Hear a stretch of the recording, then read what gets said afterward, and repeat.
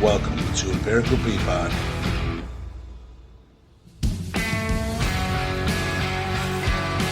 I'm your host, Tim Day. Thank you so much for continuing this journey with me, where I get to sit and talk to all my favorite people. You guys remember the drill. Don't forget to like, follow, share, subscribe, whatever is going on out there. Let's get into today's episode. All right. So here we are with Joe Degand, Kelly Degand. I almost said Kelly Green. I mean, that's okay. It is actually still part of my name. Is it really? Middle initial. Do you want to tell it or do I? I used to be a closeted, not like misogynist, who was at 26 when we got married, was definitely, or 23. 23 is when we got married. Sorry. That's when we had our child. 23 is, I was one of those people that was like, you gotta take my name, otherwise, how's our kid gonna know? Wow, that's crazy. I was that way. Now I don't care, but she had to go through this whole process of like getting her name changed, doing that whole thing. Well, she I wanted to hated keep it. my name because I really liked my name. Well, sure. Her name is awesome. Anyways, Yeah, Kelly Green sounds... I mean, Degand's a cool name for Joe. Yeah. it's my middle name now, Green? legally. So what was your middle name before? Elizabeth. Very You just fucked off on Elizabeth? Yeah. Listen, my initials used to be Keg. Oh, that's true. Yeah. So, you know, if I had Yeah. gotten to keep my name, that would have been... Yeah, it could have been Ked. I mean... It could have still been Keg. Yeah. But I digress. KGD is... It still flows nice, and it's very Yeah. close to KGB. Yeah. Right. Well, and I just joke, nobody knows what the G stands for by and large, and I just say, Yeah, nobody would guess Green. They'd probably be like Gwendolyn. Yeah. I say Grace. I joke that Grace is my Genevieve. middle name because I don't have any. It's not... Oh, I see what Grace you're talking with about hell. with her laugh, too. Like, You see? I like that she'll do it for her own jokes. Of course. Won't wait to see if they're hitting. It's done so well and so subtly that even her, like, she doesn't understand how, like, My favorite part impactful is that later when she's reminiscing, she'll be like, everybody definitely laughed. Oh, yeah. This is the part. This is the part that, like, nailed it. But no, I love the subtlety of it. It's definitely infectious. It's the reason, it's top tier, top 5 reasons why I married her is her Yeah, laugh. that's funny these things, because even on like if I'm on a dating site, one of the things I write is that I love an obnoxiously loud laugh. Oh, yeah. Because it's something that I do think is infectious, and it's like, it just makes it that much better. Yeah. Where like, somebody doesn't give a shit who's paying attention or what's around, they're just letting it fly. It's really fun when you're in public with that other person. Yeah. Like, we used to make jokes about, like, when we would go out to dinner, like, how we would be the, like, when you were... We'd be the loud table. The loud table, right? So then, like, Having a good everyone time. else is trying to compete. So then, like, we would get loud, and then, like, you'd hear another table all of Yeah. a sudden get, like, a little bit louder. And then we'd start clinking glasses on purpose just to be like, oh, we're having a way better time over here. Ha, ha, ha, ha, ha, ha. A kingly laugh. We used to say that, like, every time. Like, So it was, I enjoy it way more than other people do, I think. Yeah, well, it's endearing. Yeah, that's it. So it's okay, like, I'm taking the piss, but I actually love it. Yeah. Thank you. So let's start with Kelly. Have you been in Oswego your whole life? I mean, yeah, more or less. Well, that means no. Grew up in Montgomery. Oh, okay. Right by. That's like That's what I officially mean, Oswego. more or less. I mean, Fair enough. I have never... I'm the dick here now. Okay, I get it. No, you're good. I've never not been in the 308 school district. Yeah, but you're from Boulder Hill? Yes, well, when I say Montgomery, I went to Long Beach. I heard, Yeah. a lot of the other conversations you've had. I didn't go to any of the schools y'all went to. I went to Long Beach. Long Beach. And then 95, my dad went, well, I guess 94, he went into business for himself. 95, they sold the house, had a different house built in Oswego proper. Yeah. Back when it was literally like that subdivision and cornfields. That was, is that considered Lakeview? Yes. Yeah, where I live is Lakeview, and Walsh actually grew up in the subdivision that was developed just west of that. Oh, does that have a different name? It does, That's where the technically. Lynches ended up after, Yes. what's it called? Fox Chase. Yes. Because they live by me in Fox Chase. Yeah. I didn't realize that Lakeview, because Matt Bloomquist lived in Lakeview. Okay. I didn't realize that the connected subdivision was called something else. Yeah, technically something different, but... I literally just drove by the sign a few hours ago. I have no idea what it's called. Oh, that's okay. I mean, I don't know either. I grew up next to it, and I don't know what it's called. They should be called whole Lakeview area- too. Well, because there But was an TOO, existing like Lakeview also. Yeah. there was an existing portion of that subdivision, and those are the homes that we were allowed to go through first, and then they had a set of like 5 or 6 show houses. They're called models, yeah. Thank you, models. Yes. And I remember as a child going through and kind of figuring out which style of house my parents were gonna choose. Yeah. And yeah, but I mean, I'm telling you, they were building our house. Across the street was this 20, 30-foot dirt hill, right, from all the excavated soil that they were using to pour foundations and basements and things. So we would climb that hill a lot and get fucking filthy. And then other houses that were in development, we would like go through and collect like those quarter-sized metal slugs. Yeah, man, I used to have so many of those because Fox Chase was just being built when I moved in there, and we would just take them all like they meant something. Right, like they were valuable of something. Years later, I started throwing them in toll booths because they were quarter size. And they would work. Well, It would let you through? So my rationale was that the camera's not going to be that focused, so I would just throw them and drive and hope for the best. Yeah. Some poor bastards having to fish them out of there. Like, this guy fucking keeps clogging up. It's worthless. Then Joe, do you start in Boulder Hill also? No. You started from somewhere else. Right? I'm the move around kid. Like, you're the He's the might as well gypsy. have been a military. Gypsy. Yeah. And I have gypsy in me, Hungarian.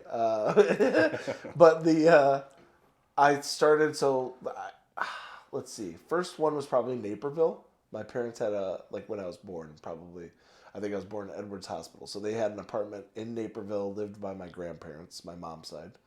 Then eventually they got a house in Boulder Hill. So I used to live on Pickford, which is kind of close to the elementary school. Right. Went to that elementary school for kindergarten, first grade, and second grade. Then my parents got divorced, and then I moved in with my mom. She moved back to Naperville by her mom. So I went there for third grade. She started dating people, and I was like, I can't do this. So then I moved back in with my dad. My dad was living in West Chicago at the time. So I then lived in West Chicago till Middle school. I want to say 6th grade. Nice. 6th grade. I went to this school called Turner for 4th grade. There was a new elementary being built right behind my apartment complex. So then we all started going there. I forget. I think that was a Wagner. Yeah.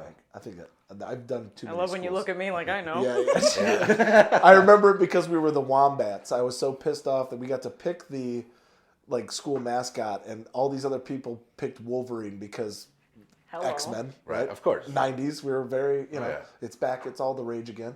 Yeah. Also, it's amazing, the new episode. I haven't gotten to watch it yet. Oh, I've heard it's not Told for you we kids don't have anymore. Max, we don't have Disney Oh, Plus that's either. right. No, Soon, it's okay. soon. I was gonna say we should pause and I'll pull it on my phone just so you can be like, this is amazing. Yeah. No, but so that I went from there. Then my parents, my dad and my stepmom, they moved back to Naperville, Aurora area, which is where my dad is from. He's actually from Aurora. No. And I went to Granger Middle School, which is right across from Waubonsie. I think now it's like a freshman campus. Yeah. But there wasn't enough of a population at the time for it to be that. I went to Waubonsie for my freshman year. So I did 7th, 8th at Granger. Waubonsie my freshman year. And then we moved back to Boulder Hill. Wow, so you didn't even come to Oswego Until sophomore year. That's crazy. Yep. I bounced around through Nipur. I would have gone to Waubonsie. Actually, I would have gone to Nikoa eventually. Oh, okay. But it wasn't made yet. Yeah, it wasn't made made yet either. Yeah, that's wild. So when did you guys meet? Because you went to Thompson. Trauber. Did you go to Trauber? I went to Trauber. How old are you compared to me? Yeah. 40. We're 1 year younger than you, I think. Oh, We really? graduated in 2002. 02. Oh, yeah, okay. Yeah. Because I said I went to Trauber. That's why I'm telling you is that we circled Yeah. around the periphery of so many of the same people. But Yeah, it is kind of funny. So when we moved to that Oswego, that was walking distance to Trauber. I actually walked to school. I think every But you day. said I thought you were in Boulder Hill. For junior Till high 5th now. grade. Yeah. Oh, okay. So I finished And then- 5th grade in yeah. Montgomery at Long Beach, and then moved the summer. The summer between 5th and 6th grade, I moved So yeah, I went to the school where I literally knew no one. So And fun, it stayed I that say, way. building It up, stayed learning that way for everybody a that's year or gonna two. go. funny story about orbiting. So at one point, I was going to school at Boulder Hill Elementary. They closed down for asbestos, and we had to spend a semester, maybe two, at Long Beach. That's I was at hilarious. Long Beach Right. while she was Yeah. there, Yeah. but never met her, never remember meeting her. I That's remember so that funny. library and that librarian so well Yeah. that I later talked to him when I was working there as Oh, dude, a he was park killer. district guy. He's amazing, dude. Yeah. Changed my life. Long Beach was set up like two, I don't know, the honeycomb Hexagonal sort of honeycomb, shapes. yeah. Yeah. And like all the rooms were around the perimeter, and then they had hallways, but the one had One honeycomb was like administrative offices. The opposite honeycomb was like a sunken library LRC. like a 70s It was chat pit. excellent. Like it had stairs all the way Conversation around pit. it. Yeah, it really was. It was like That's two awesome. steps down into it. Oh, it was excellent. Mr. F. Something Yeah. started with an F. I can't remember. He was He knew killer. R.L. Stein. And when Really? I got R.L. Stein's signature while I was working there for the park district because he came there for a book signing. That's Because incredible. he knew that guy. That's another Yeah. boomerang back into the park district for actually the both of us. Yeah. That's, well, so... We'll let we you met- guide the conversation. Where we met, I think, was your original question. Well, anybody who listens to the show is like, they understand that they jump all over it. Yeah. yeah. It's in our brain. I'm going to give Can't you help a it. jumbled timeline and they can figure it out. We met my sophomore year. So that's when we started dating. Now we're at the high school, because back then there was only one high school. Yep. So was that a reawakening for you as far as friends that you hadn't seen in 3 years? Well, so I say, when I went to Trauber, I basically continued not to really know anyone or make real strong friendships until probably like 8th grade. Just in time. Just in time to get back into the mix. Oh gosh. So I was, I definitely did have some friends that I recall, having in grade school, but I was sort of weird. Right. And I know I was weird because my peers would say it to me just in that way. Kids will let you know. Yeah. In case you weren't aware, you're weird. Yeah. So I didn't really have a lot of real strong friendships in grade school. I had a couple. Yeah. And, like people I still know and speak to this day. So when we went to high school together, then it was just like an opportunity. Because I think, too, back in like the 90s, unless our parents made a great effort for us to interact, Right. there was no means of, I'll call you on your cell phone or I'll text you or I'll If you didn't have connect somebody on- in your neighborhood you Truly. could walk to, you didn't have friends. Exactly. Yeah. Like, so one of my really good friends, Mary, I lived on Afton and she lived on Fernwood. It was probably like 1.5 miles, 2 miles away. And I would ride my bicycle over to her house just about every day or every other day. That was when we were in grade school. After Right. we moved, it was Yeah. impossible. Yeah, that's a hell of a trek. Yeah. From across town. But, so again, she's one of the ones that I, still maintain, we just saw them a couple weekends ago. Love Nice. them. Proverbial cousin. Yeah. Over But lots of still other random a bit of an outcast at the time, being pulled out from your roots and then trying to rebuild over years and then being pushed back in, where everybody's different now anyways, the Yeah. friends you had 3 years ago. Now, on the flip side, Joey, because you moved around all the time, God, he's so fucking popular. but not for nothing, I got to think that that's a bit of a defense mechanism, being the 100%. outgoing guy, because I'm very similar where I hide behind my sense of humor, and I got to presume that, especially moving around like that, you're not building roots anywhere. No. You learn to kind of hide behind this facade and be the guy everybody wants. Be the chuckle fucker. Yeah. I was the person that was just trying to get people to pay attention to me just enough to not want to kill me. Yeah. But it was so the time that I spent at Granger was like probably the most hardcore time because I came from, when I was in West Chicago, I got in fights. I was in like trouble with the principal all the time. I was literally doing the Bart Simpson shit where I'm like writing out lines. Yeah. I will not fight on the playground with Alex Ortiz. Ooh, a nice name drop. I'll drop his name.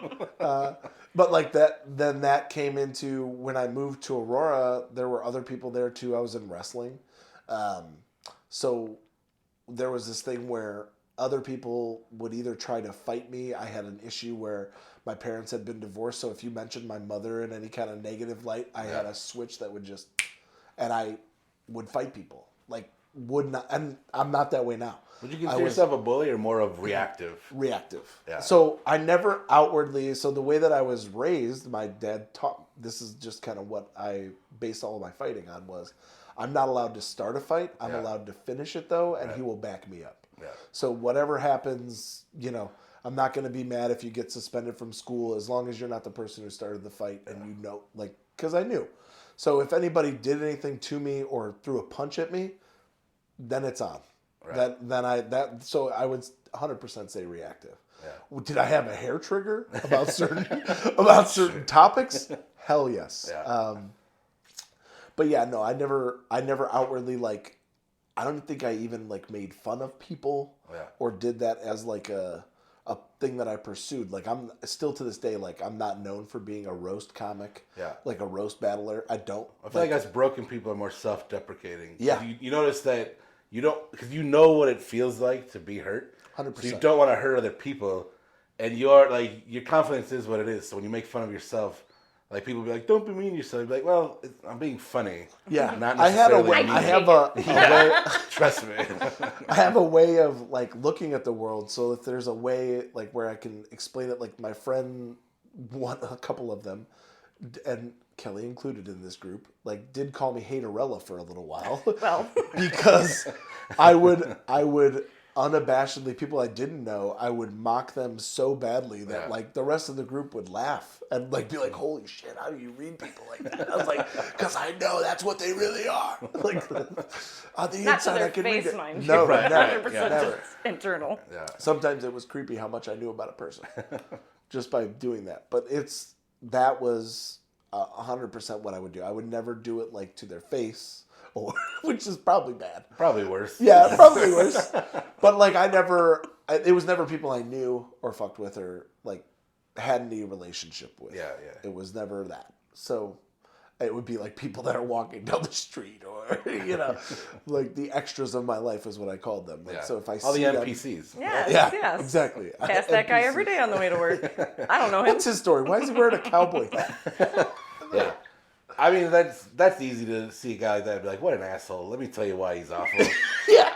I would be careful because you're a man who wears a fedora. I was for a long time. Yeah. Not anymore. People used to think he was bald. losing his hair. Yeah. Oh, really? That was the reason. People thought the hat was always about being bald. It's like, no, I don't like doing that. Literally it's about being lazy. Yeah, lazy. He stopped wearing it because 100%. he's like, It's no, still there. there's hair. Yeah. See, there's beautiful hair. But I don't know what to do with it. Right, yeah, I don't want to style it. Yeah. But no, people thought that for a long time. The fedora was more of and it was technically a trilby. That's true.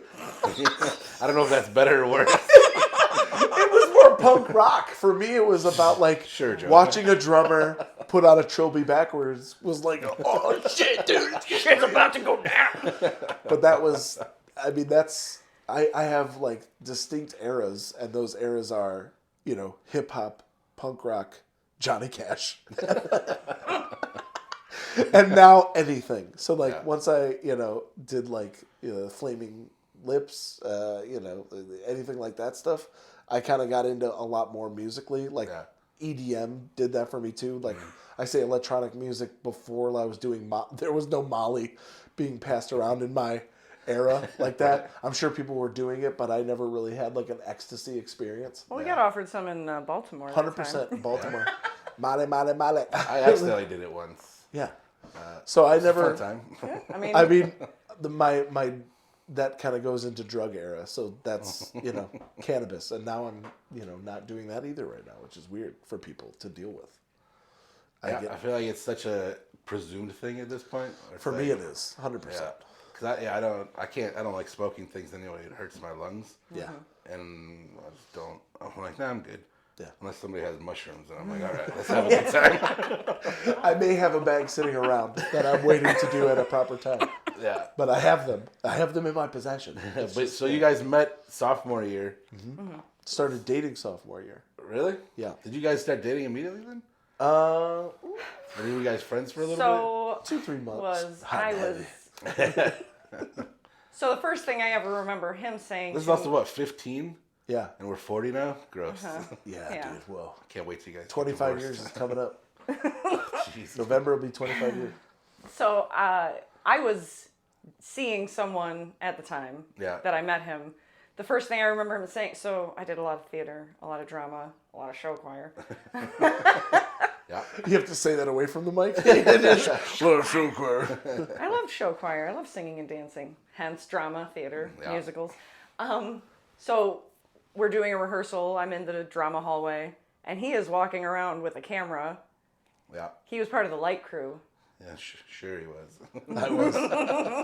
It's the only thing I was good at. But he's walking around with a camera, and I'm just eating, the food that I had for, eating when I wasn't, didn't have to be on stage or anything. And I'm eating, and he's running around with the camera. Now, mind you, he's doing this to other people in the hallway, so I see him coming, and I'm just like mid-bite, and he's like, show me love, and I'm like, with a fork full of food. About to take a bite. Still have that picture. It's a great one. It's a special one for sure. Yeah, I Was that just kind of it? Like, were you enamored, or were you just like, eh? I thought she was cute as fuck. Yeah, like That's the reason right you off took the bat. picture. Yeah, 100%. Yeah. But it was also me, like, trying to be the... He's ingratiating himself to everyone. Sure, yeah. To I'm some trying degree. to He disarm just moved people. back. Yeah. Right. So I knew... That's the weird part, too, And from you know what's... being here. Yeah, because this is... I knew some people, but not... Really, a oh, lot. yeah, because you started Boulder there Hill. a long time ago. Mm-hmm. So all these Boulder Hill Elementary kids that I went to, like... So, like, AJ was in my kindergarten class. Yeah. McCree, that guy, you know what I mean? So there's that. Like, I know a couple of these people. Yaga. I knew Yaga. Yeah. But it also been so long where it's like... Yeah, so they don't know me anymore. Yeah. right. They're like, well, this guy wasn't the one that ate glue, so I guess he's okay. I love that kid. So I was seeing someone at the time that all this was happening. No one knew who I was, is the point. Right. And I'm trying to make sure everyone knows who I am. And it had been made, apparent to me that he had expressed interest, but also I had heard through a social grapevine that he had expressed interest in others as well, which I'm just cast like, a wide net. well, when you're fishing. Yeah. And, I was, like I said, I wasn't shopping.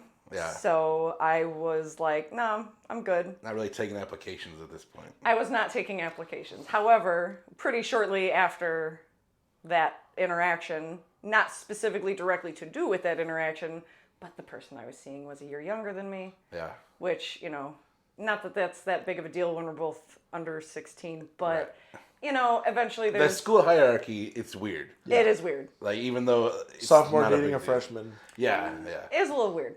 So anyways, that, dissolved pretty naturally and amicably, I would argue. Yeah. And so when I was entertaining making a purchase, let's say, Yeah. I'm just sitting on the shelf, Yeah. trying to look good. well, I, essentially made it understood that in no uncertain terms, I'm like, well, I don't want to be like one of, like, if you want to date me, then like, that's fine, but I don't want to be one of the people you're interested in, Right. so, Yeah. so then I was Yeah. a flirter.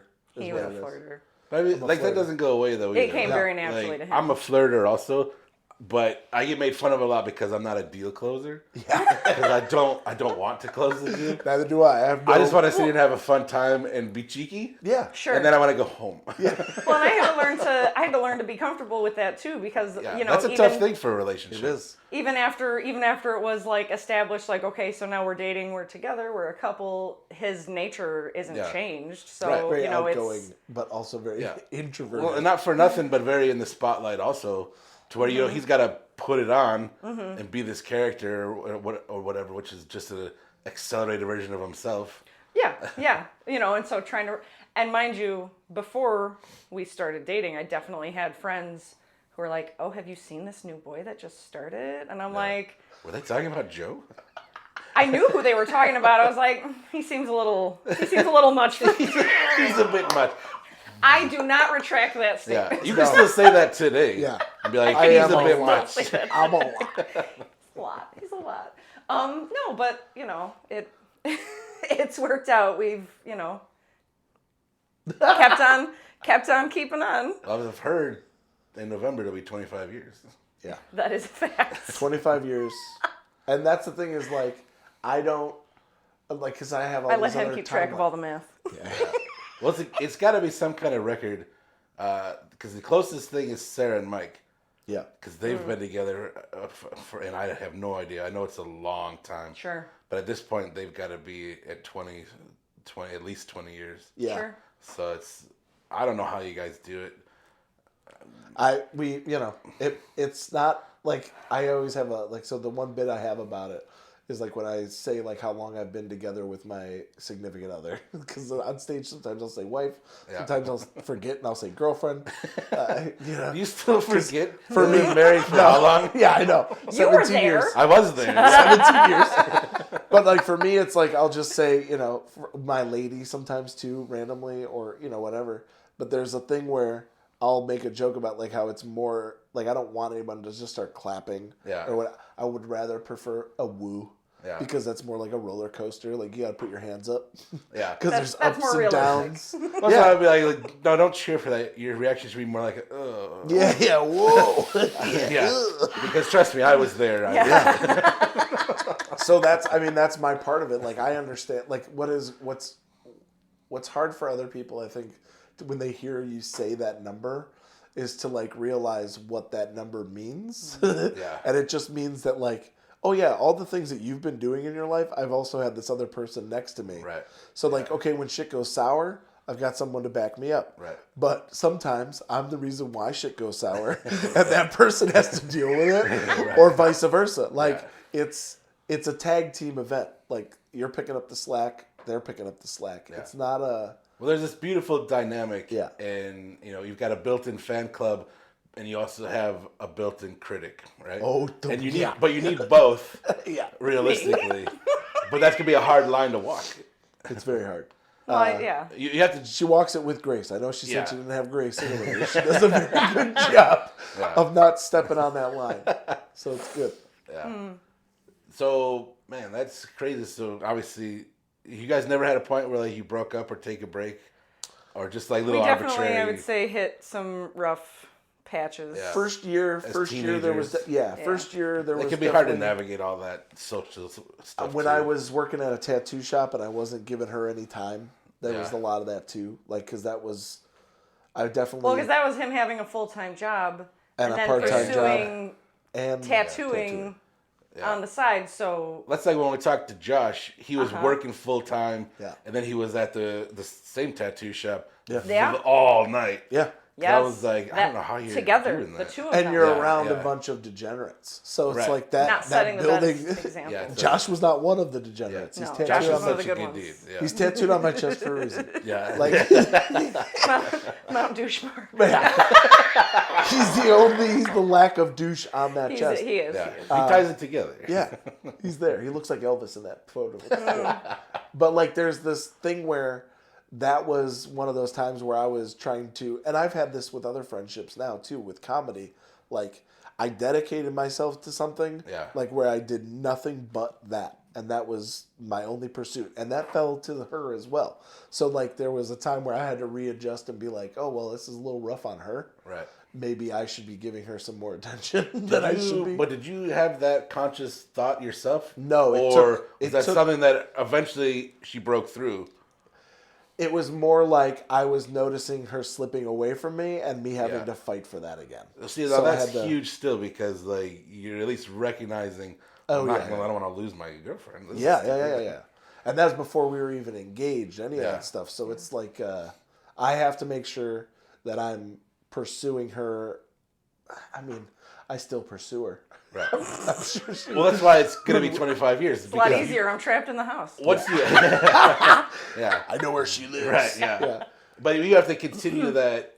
If you don't work in a relationship, you're not going to, it's like any other return on investment. If you don't invest in it, there's nothing there. So that's what I would say. Those are the hard points. Like in those, like, but I don't think we ever took time off. There was never like, 6 months Agreed and then come back to upon. me. Yeah. I'm never going to be like, let's take some time apart. I'm going to feel some other ladies up and then we'll get back to it. Like that never happened. I mean, if you hit a grand slam on your first at bat, retire, right? Yeah.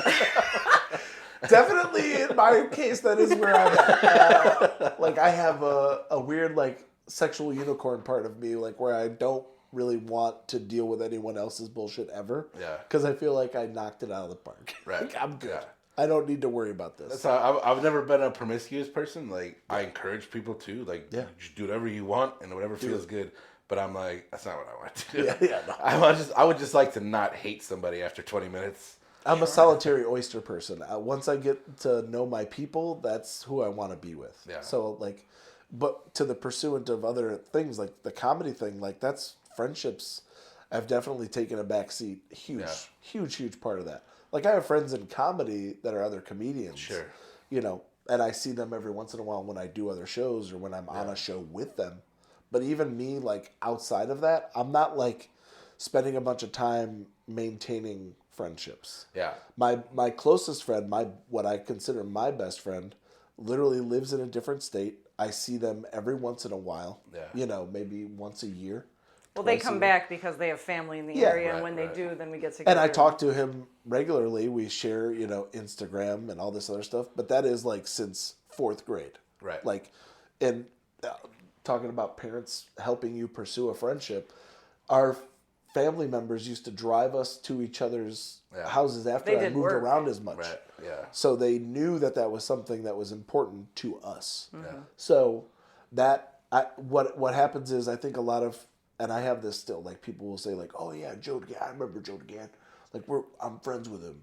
And I go, I don't even know you. like I get that some people will think that they are. And I get that. But what it is that I have a very close friend who I go to when I have issues and when I need to talk about something. And it is not anybody that I went to high school with. Right. It's not anybody that I, went to, because I didn't go to college. Yeah. Right. So I don't have those people either. Yeah. This is a person that's been with me from jump.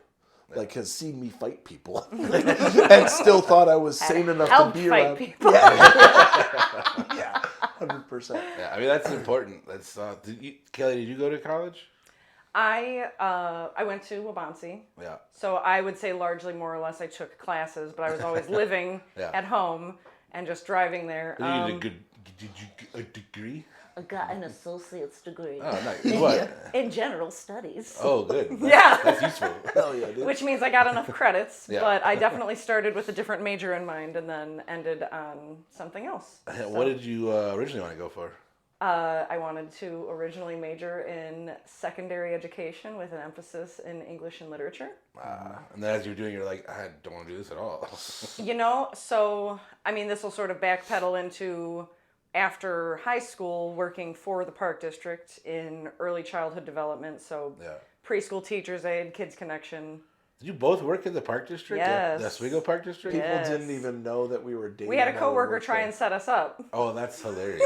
Well, because we weren't trying to I be wish you guys those would have people. played into that.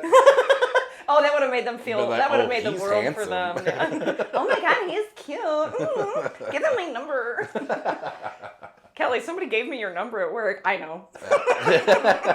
Just Role play with it, playing. it's fine. Yeah. No, I mean, but anyways, point being, kids are fucking great. I loved working with kids.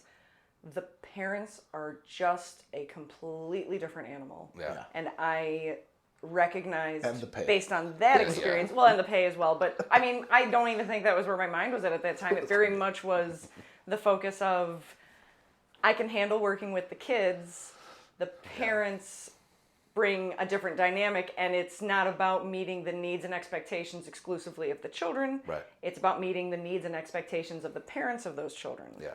So That still goes on. I just left working with kids at a school Sure. for the same reason, where I'm like, the goal is not actually taking care of the kids. It's convincing the parents that it's you're taking them to this point, and that's it. And like, that's not really helpful. Right. appeasing the parents on a level that is Yeah. not Or all the red attainable.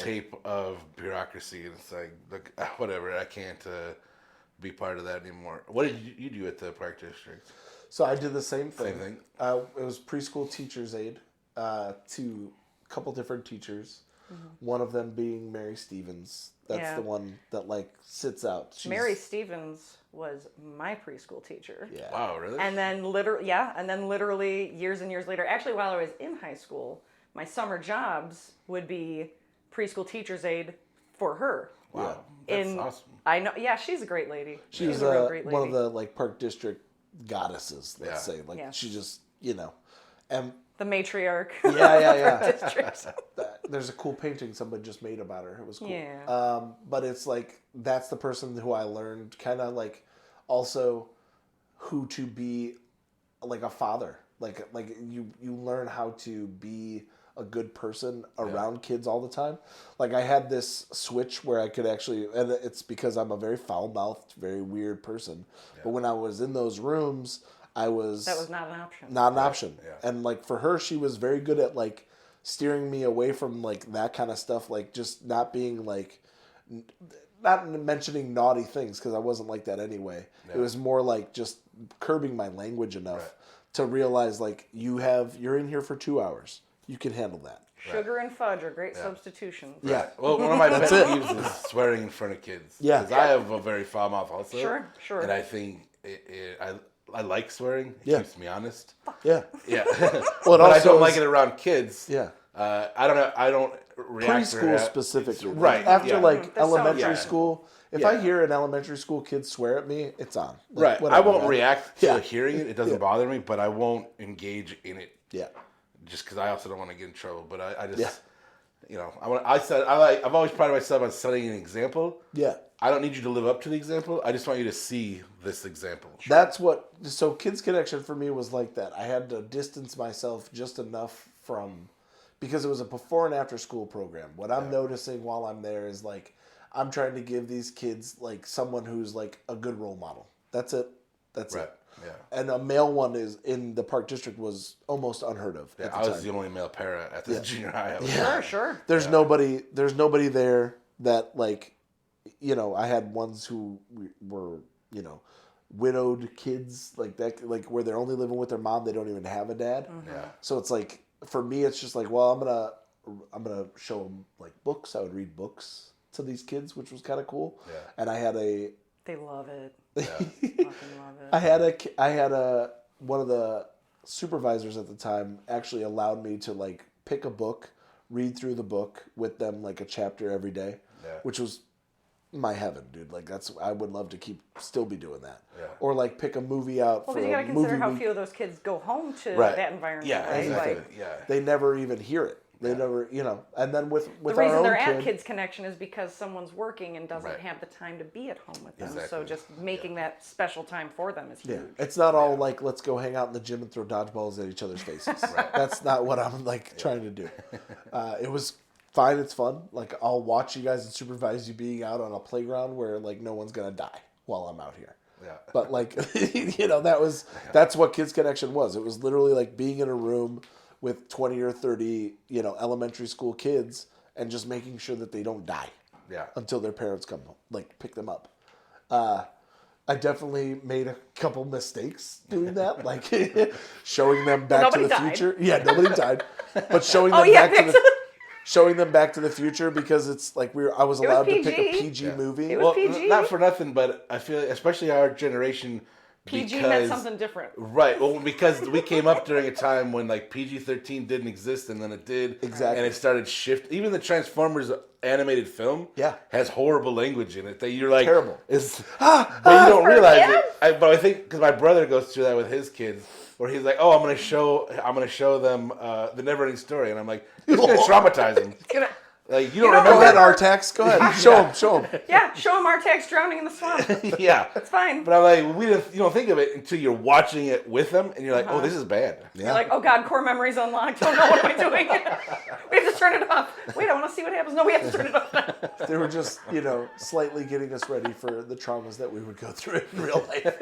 No, so Back to the Future. Yeah, they're swearing in it. And then I have to explain it to the parents like, oh, they watched Back to the Future, by the way. And then the parent goes, so? Yeah, That's fine. And they don't even realize that. They're like, and then they go, oh yeah, we heard the word shit today. Like, Holy shit, Doc. Sweet little Michael J. Fox. so for me, I I just learned to be able to have that filter when I would like meet those kids out in public again. So I had moments like one of my first couple of jokes I like wrote down were about like being in a Chili's, the one Chili's where everybody that we know worked. Everybody. Yeah. Everybody came. And so Why when we I would went go, there? so it was a small town Chili's. It was the Yeah. only thing there. But then like I remember running into kids there whose either their parent didn't know who I was, Yeah. which is in itself just alarming. Like Right, why? yeah. So then You don't know this man. yeah, they're coming up to me going, Mr. Joe, and the dad who's never picked them up from a Why does my preschool kid line. know who you are? Why is he talking to you? Like that kind of stuff. Or like the other part was, just like being able to have that filter where I could turn it off and be like, I'm with a group of my friends where we were literally swearing, saying the most inappropriate things and having conversations about our lives at the time. Right. And then a 3-year-old walks up to the table and I'm like, hey, what's going on, bud? How you doing? Little cherub pops up at the I'll see you at school tomorrow. Awesome. That was, so I feel like I still have that filter for like other people, but it's in a different way. Like that's like, so you either get to meet who I really am or you get to meet this filtered version. where I'm like just trying to be nice The to you. sanitized version. Exactly. It's just, it evolved. Well, it honestly it lent itself well to having our own kid because we're trying to play similar games of like not dropping F-bombs left and right around the kid. Mind you, he's 13 now. So now. that's definitely a bit different. Now he's the one. I don't chide him for dropping the occasional F-bomb or I think that you guys at least be like, hey man, like there's a time and a place. Yes. We've had that conversation. This is Public. safe. Yeah. But like, because I would probably, if I had kids, I imagine I'd be like, just be mindful around other kids. Yeah. Let it fly here. I don't care. Yeah. Well, I think it only ever happened one time where he said something in a grocery store. I was like, hey, Yeah. when we're at home, Right. understand I'm not going to give you a hard Yeah. time, but I do not want other people hearing what's interpreted as me being that sweetheart. Yeah. Do you? That's a good point. There is because like I feel like you guys maybe not consciously try, but are the cool parents. I mean, Do you feel? Does it bother you when you have to put the mom voice on and be mom? oh gosh, I try so hard not to. That's it. Well, okay, it's a combination of me not wanting to be my own mother. Right. So I know how I grew up was more or less with a woman who was a stay-at-home mom / maid. Yeah. So I didn't do chores. I didn't Right. do dishes. I didn't vacuum. I didn't sweep. I didn't Yeah. do laundry. I didn't start doing laundry until I was probably in middle school, but that was because I then had decisions about what I wanted to wear, and if Right. it wasn't clean, well, it's either I clean it or I just don't wear it. Right. So that's when I started learning how to just do laundry, but honestly, that was about it. So coming from that perspective of like, well, I never grew up having to do chores, so I don't want to be the only one doing the chores in my Right. Yeah. Right. So having to, make those requests and sort of delegate, I try to interpret it more as delegation than anything else because... Well, still, I mean, a household has to be a partnership, right? Like, I feel like we're trying to train him how to be a better roommate. Yeah. Very much, That our yeah. kid. Like, I'm like, Yeah. can you just do the dishes one time a week? Once, I don't care if you monitor the buildup of dishes and you go, okay, there's 30 minutes of dishes I can do here. This is the day I do dishes. Yeah. Great. Literally anything helps. Yeah. I feel like school breaks are the worst. Like school breaks are the Oh my ones where I God. have to separate myself. Like he's on spring break. Right. Just I remember ending. what that was like. I remember enjoying not having to do anything. Anything. Right? So I'll give you that for now. But when they start, like all of a sudden, like the other day, there was an issue where there's 6 glasses out. Right. 6 glasses, all from the different drinks that he has drank this day. Because this isn't me Rinse a leaving. glass, bro. Yeah. He's like, well, it was milk, and then it was soda. I was like, And then so Kool-Aid. rinse the glass Reuse the glass. and use it again. I'm not sitting here. I'm doing whatever I'm doing. I'm sitting here. I'm making a drink, and I make another one, and that's it. It's 1 glass. I use 1 glass almost the whole day. Yeah. Sometimes maybe 2. That's it. 6, my guy. 6 is And not. there's little residue in the bottom of each one. I'm like, rinse the glass, even just after you use it. Rinse it. Yeah. So that's like, So it doesn't it's become the, part of you the feel glass. like you're a roommate. Just got like chewing Well, he's this taller person than out. me now, so he's Is it? definitely Oh, a man. roommate. Yeah. That just happened this It's last funny 6 because I feel months. like once they transition to roommate, you're like, I would kick you out so fast. Yeah. Oh, he's Your so name sweet. ain't even on the lease, bro. I No, don't he even. is so precious. The attitude he has of like, well, I'm only going to be here for so many more years. I go, oh, Yeah. you think you're going to be able to afford a place at that age? I love. What kind of job are you going to get on? I love the idea too, even like just from his own experience. Be like, do you not remember when we just lived with my parents? Yeah. Right, you were there. You were there. Yeah. Yeah. This is a an 8-year struggle, my guy. Yeah. Just to I remember get you a wanting house. to move out at 18. Yeah. Stars in my eyes. Yeah. Big hopes, big dreams. Yeah. You think it's rough now, buddy. And then having to crawl back into a basement setting. Oh yeah. Like, Beautiful. be like, yeah. Okay, I could do a lot of things with your bedroom. So, but before you guys have a kid, so we've covered up through after Rewind. high school and stuff. But you guys ended up getting married 23. at 23. Yeah, 07. Man, it's crazy how long ago that was. Yeah. No. That's why I say let him do the math. Yeah. Joe numbers. 17 years. Thanks. Yeah, I was there. Actually, there's a piece of your wedding that is still my favorite thing I've ever seen at any wedding ever. Oh, please reveal. And that I just really, because I love weddings in general. I love weddings too. I don't know a lot about your guys' upbringings and parents. Like you were just saying, because your dad wasn't a bad guy. It's like he put your mom in that situation. He was Just kind of what happened. Yeah. more or less. Well, so my mom had a job when my older brother was born. Yeah. And Matt, was taking. I totally forgot that I actually. You know my that, brother. Because an old ex-girlfriend was best friends with Matt for a long time. Oh, okay. So I knew Matt for a long time before, way before I ever knew you. That makes sense. That makes Yeah. sense. He existed first too, so that's. he did exist first. So my mom talks about how it crushed her to take him to daycare. Yeah. Right. So when she got pregnant with me, was essentially when she decided to commit to being a stay-at-home mom. And, in retrospect, I mean, I recall them referencing, the challenges of grocery shopping on a budget. Yeah. Right.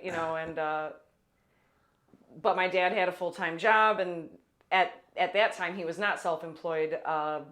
Anyways, 2 younger sisters. After that, he goes into business for himself, starts making a lot more money. Hence, Is there 4 green siblings? Yes. My goodness. yes. But the younger 2 are like 5 and 7 years younger than me, so they would not Okay. have been in 4 total. our Yeah. sphere. Yeah. Right. They wouldn't have been in our social sphere. I mean, Yeah. I struggle to have a strong social relationship with them just in general. And Right. it's, I mean, some of it's distance, some of it's, we just They weren't don't really live around raised here? that way. They all live in the Oswego. Well, my sister lives in Batavia now. Oh, really? Yeah. Right down the street. Yeah. She's actually the host of most of our family get-togethers now.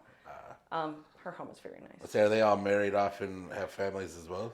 The sister between myself and the youngest one, she has moved back home and is living there now. But like my older brother is living on his own. He's got 3 kids. And then my youngest sister has 1. And then the sister between us does not. And she lives at home. She had moved out for a while, but that was a challenge of a relationship where there were future expectations that she wasn't comfortable with committing to, i.e. a family. She's like, I do not want that. I don't want kids. So that was sort of the deal breaker for that. But I mean, again, you don't have those conversations until you have those conversations. Right. And then it's sort of Yeah. like, your trajectory is different than mine. Let's not waste each other's time Right. anymore. And it's fine. It's amicable. It makes Yeah, sense. I think that's the healthiest way you can go. Yeah, very much. So yeah, I mean, it's not that you don't have a strong. Again, this all comes from me recently pursuing whether or not I have ADHD, because my mind is sort of a little bit everywhere, and I have a bit of trouble with like object permanence, and that applies to humans as well. Yeah. So like when people are out of my life for a really long time, it's not that I forget about them, but Right. like I have to be really deliberate about, either committing to making that contact or hoping that they reach out. I'm never not willing to participate in, social things if I have the time. You know, I have the will. I know I live far, but I'll drive. I definitely do try to go out of my way to get together with people, and sometimes I'm lucky if I see some people once a year. Yeah. You know, and very, very honestly, very literally, like a lot of times I'm pretty good about birthdays. I reach out to people, hey, happy birthday. Can we get together sometime? Okay, that's great. That's the time we make the date and get together, and that might be the next time I see them will be the next year on their next birthday. But again, you know, it's like, it's just a mutual sort of effort. That's also called being 40. Like that's friendship sometimes. And people have lives and 40. families. It depends on where you're at and what you like. Especially with how busy other people are with their own. Right, I try families not to and put own expectations stuff. on anybody else. I don't either. think that it by any means controls the importance of a relationship based on how often you see the person. Like, Right. especially this day and age where it's so easy to text casually and kind of communicate, at least arbitrarily, to keep a relationship ignited in whatever small, smoldering sense. Yes, yes. I've unwrapped this bundle and it is still smoldering. Yeah. I can get a fire out of this if I need to. Yeah, exactly. Survivor man. Do you have siblings? I do. So I have, let's see, I've got 2 sisters and 1 brother. My brother was the youngest until my other sister was born. So I have, from my original parent group. My original parent pairing. Yeah. My parents have been divorced and remarried several times on both So you have a pretty sides. big step family. Yeah. So I have my mom and my dad. They had me, my sister, and my brother. My sister is no longer with us. She passed away probably 2016, 2017. That sucks. It does. It was rough. It was to addiction as well. So it's like a whole thing within our family grouping and like learning my own limitations around addiction as well. So like I have that in there for sure. Yeah. But getting through that was definitely, you know, it brought us a little bit closer together. My brother and me, because I moved, like I said, in 4th grade, they lived with my mom and continued to live with her. I did not. The judge gave him a choice because of his age. That's interesting, yeah. It was interesting. I got to live with my dad, and then I had that where they would come over every weekend. Yeah. And I would go over to my mom's every other weekend. So it was like alternating. But it felt like there's a distance there. Big time. Yeah, which would further prove why your personality developed the way it did. Mm-hmm. Yeah, I didn't have like... I had my brother and sister there, but they were more of a nuisance on my regular day-to-day life than... Like, so when they would come over on the weekend, I had to share my room with them. Right. Because we were in a 2-bedroom apartment in my dad's house. At my mom's house, it was, you know, a really nice house with like 4 or 5 bedrooms. Yeah. I had a separate bedroom for like where I would sleep, but it was my stepdad's study. But there was a bed in that study, so I would sleep in there. And then my brother and sister had their own rooms.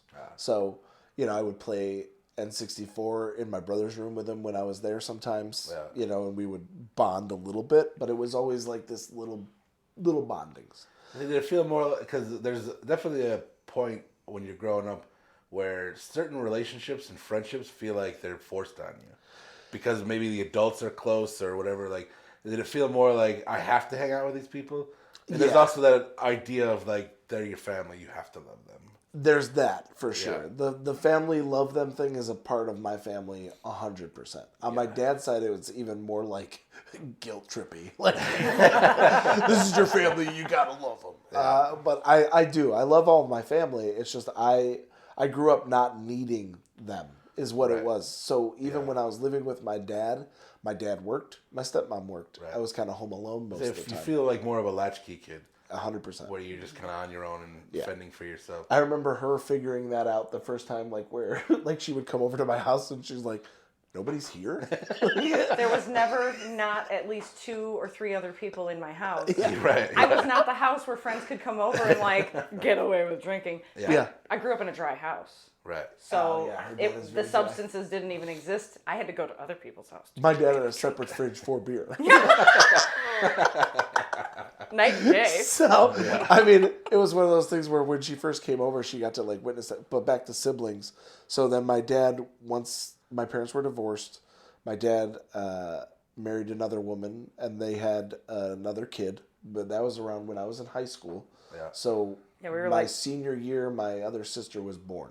So I have another sibling that's like 22 now, which is kind of cool. That is kind of cool.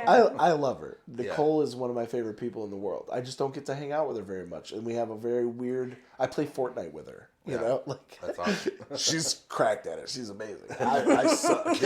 She's definitely so protecting hard. him. Yeah. It's not. I played it once, and I just camped on the outskirts waiting. Yeah, that's what you do. And then when I got in, I was killed immediately. Yeah. Oh, he popped his head up. Boop. Yeah. I'm like, I made it to the final 6. And then, but I didn't do anything. Yeah. And then I came out and was scoped immediately. Yeah. I have that relationship now with her where I at least try to maintain it. My brother, I've tried to maintain a relationship with him the entire time, especially after we lost our sister. Yeah. It's this thing where now it's not forced. I don't feel like it's a forced relationship. Right. I feel like he actually cares about me. Yeah. I It's care like a about genuine him. thing. Yeah. Like I genuinely love the man, and he got married recently too. So I love his wife. His wife's an amazing lady as well. Awesome. Sammy's, she's a great choice for him. Beautiful match. Right. Yeah. Beautiful match. Yeah. Because he's not like me. He's not an easy But person she's a to ball deal buster. with. She's a ball buster for sure. She keeps him in his place in Yeah. a beautiful way. Like he'll start getting The healthy loud. kind of ball. You She's know, like, really? I bust Yeah. your balls. You're like, yeah, okay. Yeah. All right. Erd. But like for me, that relationship has evolved very well. I enjoy it now. But when I was growing up, it was more like my little brother won't leave me alone. Get this fucking guy out of here. Yeah. Well, because you seem like more, and that kind of bleeds into the point I'm gonna make about your wedding eventually. Is because at some point, don't you end up living with her family? 100%. Yeah. That was, so again, traumas, dealing with stuff like that. So that all came to a head from, and I'll tell this story because I don't think my father will ever listen to a podcast. I don't think he knows what they are. But it's like, Vanderbilt rules, Joe. Yeah. He's a big Vanderpump fan. Oh, that's Tells me right. about I'm all so the time. sorry. I misquoted that. But it was one random night. I think I'm 19. I'm working at the Park District. I'm still living in their house. I'm sure he's, thinking I was going to move out at 18 with all these ambitious goals of like, how we all have. And I'm like, no, I'm poor. This job doesn't pay me enough. Yeah, right. You voted for this. That's a different show. 100%. But like, so then I'm still living there. At one point, he comes home and is angry that I haven't taken the trash out. Now, be it he is a little tipsy and doesn't realize it is not trash night. Right. That starts like a fist fight between him and himself. Like I don't reciprocate. I don't push him. I don't punch him. Nothing like that. Comes to a head where I kind of put him up against a wall. Yep. And I'm telling my stepmother, like, you can call the police right now. And I'm yelling at him, I'm not going to hit you. I'm not going to do that. I could right now, and I'm not going to. And that leads to me moving out. Like, that's the night where I'm like, I'm leaving. I got my own car. I'm going to go. Yeah. And I went to her house. Her family being what it is, her dad is a very open and welcome, awesome dude. And he took me in, let me stay there. Her mother as well. Her mother has basically loved me like a mom for a long time. As soon as I started dating her, she likes me a lot. I used to joke they liked him more than me, and I'm still not convinced it's not the truth.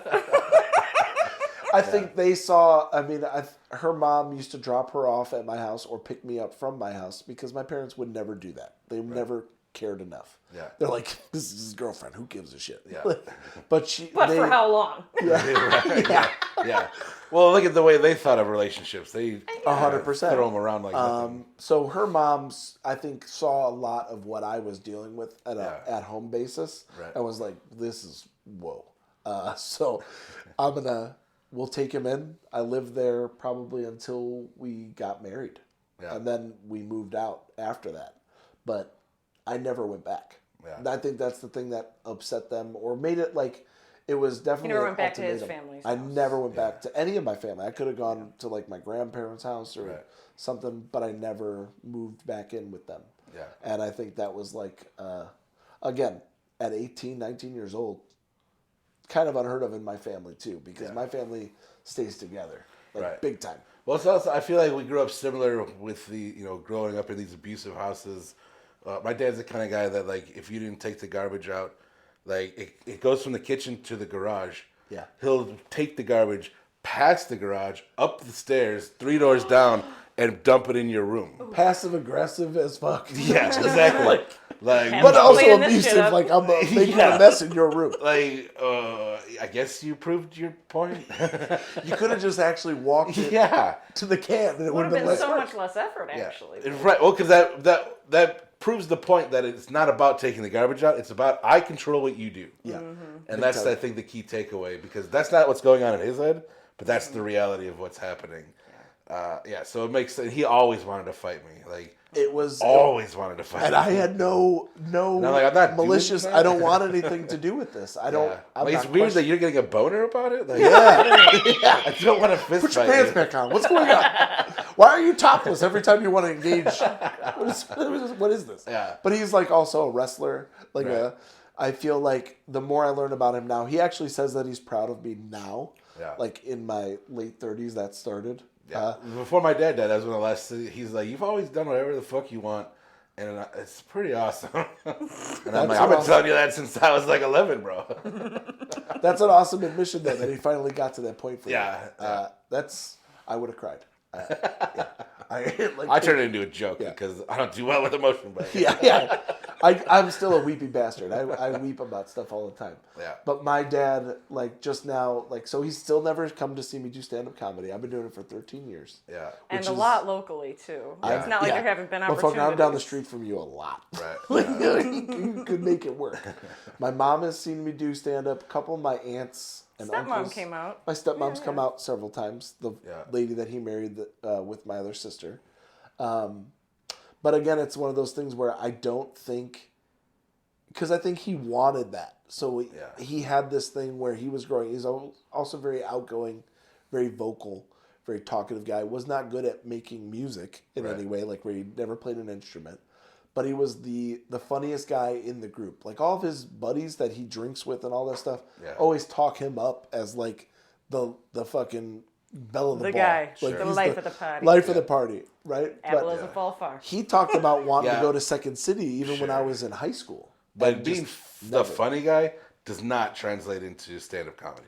Nah. Like, I consider myself a stand-up connoisseur.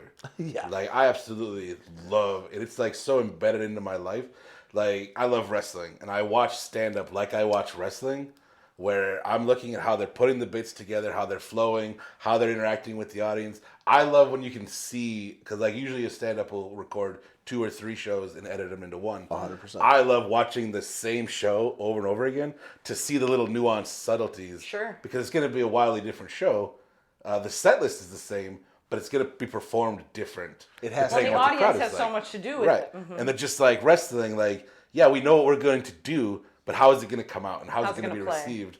Like, it's just at a whole different level for me. So I love comedy. Because plenty of people are like, oh, you're funny, you should do stand-up. I'm like, no.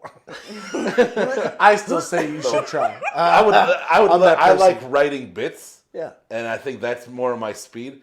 It's just like wrestling. I like writing storylines for wrestling. I have no desire to get in the ring. I have no desire to get on stage. I just like the idea of sitting back and like writing these bits and being like, We should go to a wrestling show together. So I've done this thing recently where I've actually met a person who does wrestling as like a amateur wrestling. yeah, my for brother long was a time. wrestler for a long time. Amazing. Yeah. And I love them for it. Like learning what like kayfabe, Again, it's the balls all to that fucking stuff. get out there and do that Oh, shit. yeah. You know? Yeah. You're putting your body on a line in a whole different ballgame than what I'm talking about. Right. But I've gotten to do this thing for the last couple of years. This guy I work with, Zeke, Ryan Zishi. He does all this stuff out by us. Books Kinda- comedy and Yeah, amateur he's a wrestling. comic as well. Yeah. So he books me, though, to do their end of the year festival. So they wrestle all day long. Yeah. And then he has comics at the bar with the wrestlers after the show Nice. to like entertain the wrestlers Yeah, that's and their families and shit. Yeah. So it's this really cool thing that I've been allowed to be a part of, Yeah. and they took me in so genuinely, like, and like, It's such a wonderful fan base to Yeah. adopt as well because Well, on the you know, indie they're level, passionate. they're so appreciative. Yes. Like, because when you watch like the big stuff on TV, part of it is having opinions Yeah. and liking and disliking. On the indie circuit, it's more of like, I just am so glad you're doing this. Yeah. Well, and it's a very fun to be a part of. supportive audience. Yeah, absolutely. Hugely supportive. They are probably, and what's interesting from that is that's where I started to get my, like, what I would first call, like, fans. Yeah. Like, because these are people that show up now and I see them Right. at other events. And bring they actually friends. look at my You website. got to see this guy. Yeah. You come with me. Right. That's, like, the first time that started happening for me recently. This is all, like, and I've been doing it for 13 years. The last 2 years have been, like, where the first time I've started I was notice trying to that. explain it to somebody. I'm like, look, if you're seeing a stand-up comic, like, with your eyes, they've already been doing it for 10 years. Yeah. 100%. Like, it's not easy to break through. Like, it does it happen? Sure. It's a 1 in a million shot. But even somebody that has a meteoric, like when Dane Cook was blowing up, he'd already been doing it for 10 years. Yeah. Oh, yeah. Like, you don't realize that. Even, like, I don't like to talk about him because I'm not a huge fan, but Rife. So, Matt Rife. And because it's talking to soccer moms most of the time. Yeah, but, like, this thing where he started blowing up on TikTok, and then even I go, this guy doesn't look like he's been doing it that long. And then I look it up. He's been doing it hella long. Dude. Yeah, he looks like such a baby, too, when he started. Baby face. So, yeah, 100% that's true. And I know so many people that have, like, come and gone and don't do it anymore, or it's just this. It's a marathon. It's a fucking. For sure. You're in it for the long haul. It's not a sprint. Yeah. And I feel like I just started getting good at it. Yeah. That's what it's one of those things. Like, I saw even like when I was in the band, like we had been playing for 10 years and then like just stopped playing, and I'm like, we just started getting good. Mm-hmm. Yeah. Because like when you write something, cause I presume it's similar to music. When you write a song and then you practice it to the point of nauseum, and you hate it, but you still have to perform it because it's new to the audience. But like, and you get it really good, and then by the time you write your next bit, you're like, I hate this old stuff so much. This new stuff is really good. And then eventually you hate that. I still have that. Yeah. So I just had, what was it, over this past summer, someone was asking, and they wanted me to do this once, because they're a car guy, so they wanted me to do this bit that I have about cars. And I was like, I fucking hate that It's bit. one of his first jokes. So for me, it's one of those things where I use the fact that other people will then reference it as like, oh, is he still doing that joke? Yeah. So that makes me hate that joke even more. Yeah. Like, so then this guy is asking me to do this joke where I go, this is me being a hack now, and I don't even think you realize, like, I don't remember how the bit goes. Yeah. I don't remember where the little taglines are that made you love it the first time anymore. Like, because I don't do it the same anymore either. Like, now it's not a 3-minute bit, it's a fucking 6-minute bit. And I don't want to work that into it anymore. Like, so, yeah, you definitely have that with any. I think that becomes the bit. It does. Trying to build the bit. Well, and there's too, he's had situations, right, where the stuff that he's done earliest, he'll say he's retired. Yeah. But it's too, as you evolve as a human being and as you acquire more exposure to just life in general, there are more things that can be added to it that you definitely wouldn't have thought of, 6, 7, 8, 9 years ago. Right. Right. So it can be the foundation of something that is better told again now. Yeah. I mean, as a transition too, those always happen. yeah. Like, you get better at transitioning that joke into another joke. But what I'm saying by retiring, like, he'll just stop telling it at all. Like, he recorded it in a private video that he shares with people that are considering booking, right? And it never sees the light of day again. Sure. Right? So new audiences aren't seeing it at all, and the only people who see it are bookers that he sends this link to. Right. And it's like, you could perform that again, and people who didn't know you 10 years ago would be hearing it for the first time. Right. That's And true. it would be very well polished at this I point. think I need to put a special out is the problem. I've been Yeah, told this that's recently, for and it's sure. annoying. It's like, Yeah, people keep he's- telling me. I remember when the album "Doing My Time" by Jim Gaffigan came out, I reached out to him. This is like during the MySpace and like Sure. early social media days, and like to me, comedians are stars, but they're not. Especially back then. Yeah, like, they don't talk They're about niche it like that. stars. Yeah, exactly. They're Like, stars to that circle. Yeah, so I literally hit him up. I was like, "Hey man, like album's awesome. What older stuff can I get my hands on? Because this is amazing." And he was literally like, "It's all the same set list. Trust me. Like this is what you want to listen This to. is the older Yeah, stuff. this is everything polished and makes sense. Yes. So I would rather you just listen to this. I don't want to send you clips from clubs where there's a handful of awkward Oh, laughs yeah, because yeah. this I didn't definitely land have a quite lot of right. those clips. They are sent to private. We've gone off on a huge talent, and we'll come back to stand-up. But we were at your wedding. Yeah. Oh yeah. That's right. So the thing that was so incredible for me, and now that we've kind of covered what happened with your family and moving in there, is the speech your dad gave is the most incredible thing I've ever witnessed. He gave me a copy of that. Did he when we really? left. To Like read talking on the about being plane. weepy? Holy Christ. Printed copy of it to read because we flew to Italy for our honeymoon. So that was, here's some reading material in case Here, you cry want to. again. But it was done so yeah. well. It had the perfect mixture of being hilarious, being genuine, being heartfelt, and like just so moving on every level. Of just like here's this little vagabond that Kelly brought home one day, Straight and he down. never left. I told you they liked him more than Yeah, it's proven at the wedding. It was proven. I think there's a lot of that. So when her other sister just got married not too long ago, he gave another speech, and I was waiting. I was like, let's see him top this shit. what's this one gonna be like? Yeah. And it was good. It was good. It wasn't as Jody good. Gann. It wasn't as good. Well, her I feel like- relationship with her husband, They bond over different things. Right. As a couple. he's a different person. Yeah. He came from a different background and a different He wasn't environment. this broken, wounded, little hilarious animal. That's the thing is that this was a circumstance where he lived in our home before we were engaged, before we were married. So there was that opportunity to But even then, you guys had been together for near 5 years, 4 or 5 years. Yeah, I mean, when we took a family learned who I vacation was. to I went on Orlando, vacations with he them came one time. with Yeah, us for that. So it was Even that's huge to be like, because I presume they flipped the bill. I did and I didn't. It was I painted their fence. I had a bunch of cash I brought to pay for all my other things that I wanted to do. Did you feel obligated to do that, or they ask you? I feel like you were like, I want to felt carry my obligated. weight. I felt obligated. Like He this wanted- is not a yeah. Because you have that in your brain where you're like, this is not a charity case. I appreciate it. It means the world to me what you're doing.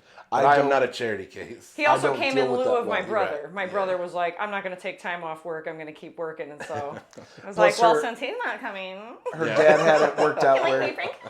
her dad had it worked out where he still had passes to get into the parks for free-ish because he The worked work he for does, satellite companies and stuff. he works on satellite transmitters for analog broadcast. So at that time, Disney still utilized that service, and he still knew enough people who worked in the parks that he could do the knock knock. Hey, here I am with my family. Oh, hey guys, come into this building behind the scenes, all this stuff, and here's a door, and now you're in the park. Bye. That's awesome. Yeah. That's really cool. So that yeah, part it was cool. Yeah. I remember like having cash on me enough and having enough left over to buy like DVDs while we were in Florida. Remember DVDs? Yeah. I bought Dogma DVD while we were there. It was Nice. very important. Can't find it anywhere to Nope. stream. Nope. Can't. It's one of those lost in the shuffle. I love it. Oh my gosh. Sorry, sidebar. We were watching Tubi. Tubi has, I don't know if you ever listened to the Smodcast podcast with Kevin Smith and Scott Mosier. No, I watched. He's got one with another guy on YouTube. Okay. I watched that. Yeah. Like Fat Man. Fat Man on Beyond or Fat Man and Batman. Yeah. So Tubi's free if you download it. It's clips of their podcast that someone in Canada animated, and you only used to be able to see it on YouTube, but they put it on Tubi. That's awesome. It honestly, I fucking. We put it on it's the other day. We haven't seen it in hysterical. like I'm 10 dying years watching probably, it. and we're It's laughing been our like ass 10 off years at since it. we've seen it. So fucking Yeah. sorry. Yeah. Well, Kevin Smith is just one of those treasure people. where I'm He's a like, treasure people. He's so great. Yes. I don't understand when people don't like him. I'm like, he seems like the most genuine guy. He's a He hard is. worker too, man. Yeah, I mean, just hearing the story of him maxing out all his credit cards just to do like his first movies and stuff, and It's inspiring. It's Yeah. definitely where I gained a lot of inspiration to just go for it, do something. Yeah. Is that guy? I agree. Yeah, especially like when because I was still really young when I saw Clerks, and I feel like when you're first exposed to it at the age we were, it was like this is a black and white movie. I feel like you're dismissive, and then when you go back to it, you're like, this is the funniest thing I've ever seen in my life. fucking And jokes around. he point. made this as as a student film potentially, and on such a shoestring budget, insane. Yeah. It's done so well. I've been there. I did a Mecca. So the first time I drove out east to do comedy, New Jersey I didn't even have a show booked in Jersey. Yeah. But I was going in between there and Boston, a couple other places, Philadelphia. And I made the trip to Red Bank to visit that Quick Stop. That's awesome. Because I had to. Yeah. It was like one of those Mecca places where I'm like, I'm going to go. They had the comic book shop at that time too, so I went into Jam Silent Bob's Secret Stash and all that. But for me, it was about parking in front of the Quick Stop, which is smaller than Leanne's pantry. Okay? We're talking it's small, super small. And just going in there and looking around and buying a drink. That's all it was for me. I had to do that. It was, That's awesome. I feel like they should leave the "I assure you we are open." I assure they you do. we are Do they? That's great. It's out there. It's there every day. not even supposed to be here today. I assure you we are open it's a billboard for them at this point. Nice. It makes sense. Lets you know you're in the right spot. Yeah. So after the wedding, how long until you guys had your first kid? You only have one kid, right? 3 years. So you guys stayed married for a little while, and you're like, all right, let's. Yeah, it was bring some important new to us blood to into be this. married together as a couple for a while before we had a kid. Did you really have that conscious thought did. where it's like because it's got to be a new dynamic? We had that even though nothing conversation. has changed really, but it's got to feel. You want to feel it out, right? Yeah, I mean, I say all the time, marriage changes nothing. The relationship is the same. Yeah. We got a dog when we moved out. That doesn't really change a whole lot either. We threw a lot of house parties, just social, having friends over and stuff. I'm a big fan of theme parties. Come up with a theme. They're super Everybody, fun. I love a fucking. I theme would party. never partake, but I love when people do them. Yeah, Worst- I'm weird. The I worst don't want We're anybody. assholes. I'm like, food for thought. The worst theme for a party is a shot tasting party. You don't taste shots. You no. take shots. I was Anyways, passed out by 10 p.m. with people drawing shit on my face. oh, it was great. It was. I mean, I'll tell you, I learned some really exciting new shots. But any other kind of theme party is better than a shot tasting party. And when we would have those social gatherings, as though she were our child, we would take our dog to my parents' house, right? Because we didn't want to worry about making sure she gets out, Sure, yeah. right? Somebody just stepping on her. Yeah. my parents already had pets, so it was just she's one of the pack. Okay, we're letting them all out, we're letting them all back in. Here's her food, etc. Children change everything. Yeah. Everything. Yeah. So I had a lot of writers' meetings after that, where people would come over while he was asleep, and we would be in the basement, and he's upstairs talking. But even when it started to get loud, you're like, "Oh, shut the fuck up!" Or he would come down the stairs and be like, "Hey," and you're like, "Oh shit!" Well, because you'd have the baby monitor near you, and by and large, it was pretty quiet in there. But then every once in a while, you'd see the little face peeking out. You're like, what are you doing up, sweetie? Get you back to bed. But yeah, kids make it a lot different. And then it's also I try to, even with life and stand up and all that stuff, I tried to do this thing where I kind of focused on him, because it's this thing where I had that growing You don't get up. that time back. You don't. Right. No matter what. Listen, gotta be real, because you had already mentioned that you've been doing stand up for 13 years, and your son is 13. I started because of him. I tell people this a lot. We went to the first shows while I'm pregnant. Yeah. Oh, wow. Yeah. It was, so I was, writing stupid funny shit on Twitter, trying to get that, see how I am with it. And I was put something out about how, I'd really like to try and pursue stand up. I don't know where to do it. And some lady, Open mics. yeah, well, yeah, but I'm from a closeted household where art is not allowed. Right. So I got made fun of for drawing things. Yeah. When I was doing not for nothing, tattoos. this area is not. No. It's not like you can go to the Improv. No. Right. Or we're not. There was Chicago nothing. has an amazing stand-up scene. Yeah. But you got to look for it. You also have to be a part of it, and they don't yes, take you that's in true. very openly. I've had that experience for New a York long time. and out west would be more open. Yeah. Because it's so saturated. It's harder to gatekeep. Chicago's pretty tight. They are very gatekeepy too, or at least all the other people that get you to the point where you feel like you're doing it well are gatekeepy, especially where we were. So, I put it out on Twitter. Some lady in Oswego said, "Hey, I have an open mic in Oswego. You should try it." And it was at the Tap. That's the Tap House basement, right? Yeah, Comedy Under the Tap is where I did my first show. And it was more me being like, well, if my kid grows up, I want him to know that I at least pursued something outside of just like having insurance, a 9 to 5, paying for all this stuff, and then you can do it. You can do that too. So but not everybody pursues comedy that way. Right. I was like, I still have to have insurance for my family and take care of my family, and then I'll do this as well. Yeah. And that is kind of where I'm still at. But now it's at least people contact me or try to book me. I don't pursue it as much as I should probably, like by like hitting people up, being like, "Hey, can I come to your place and do?" Well, your life's not depending on it. You No. can kind of leisurely do it. Yeah. Do you consider it more of like a side hustle? Now it's more of the hustle. Okay. I consider my day job the side hustle now.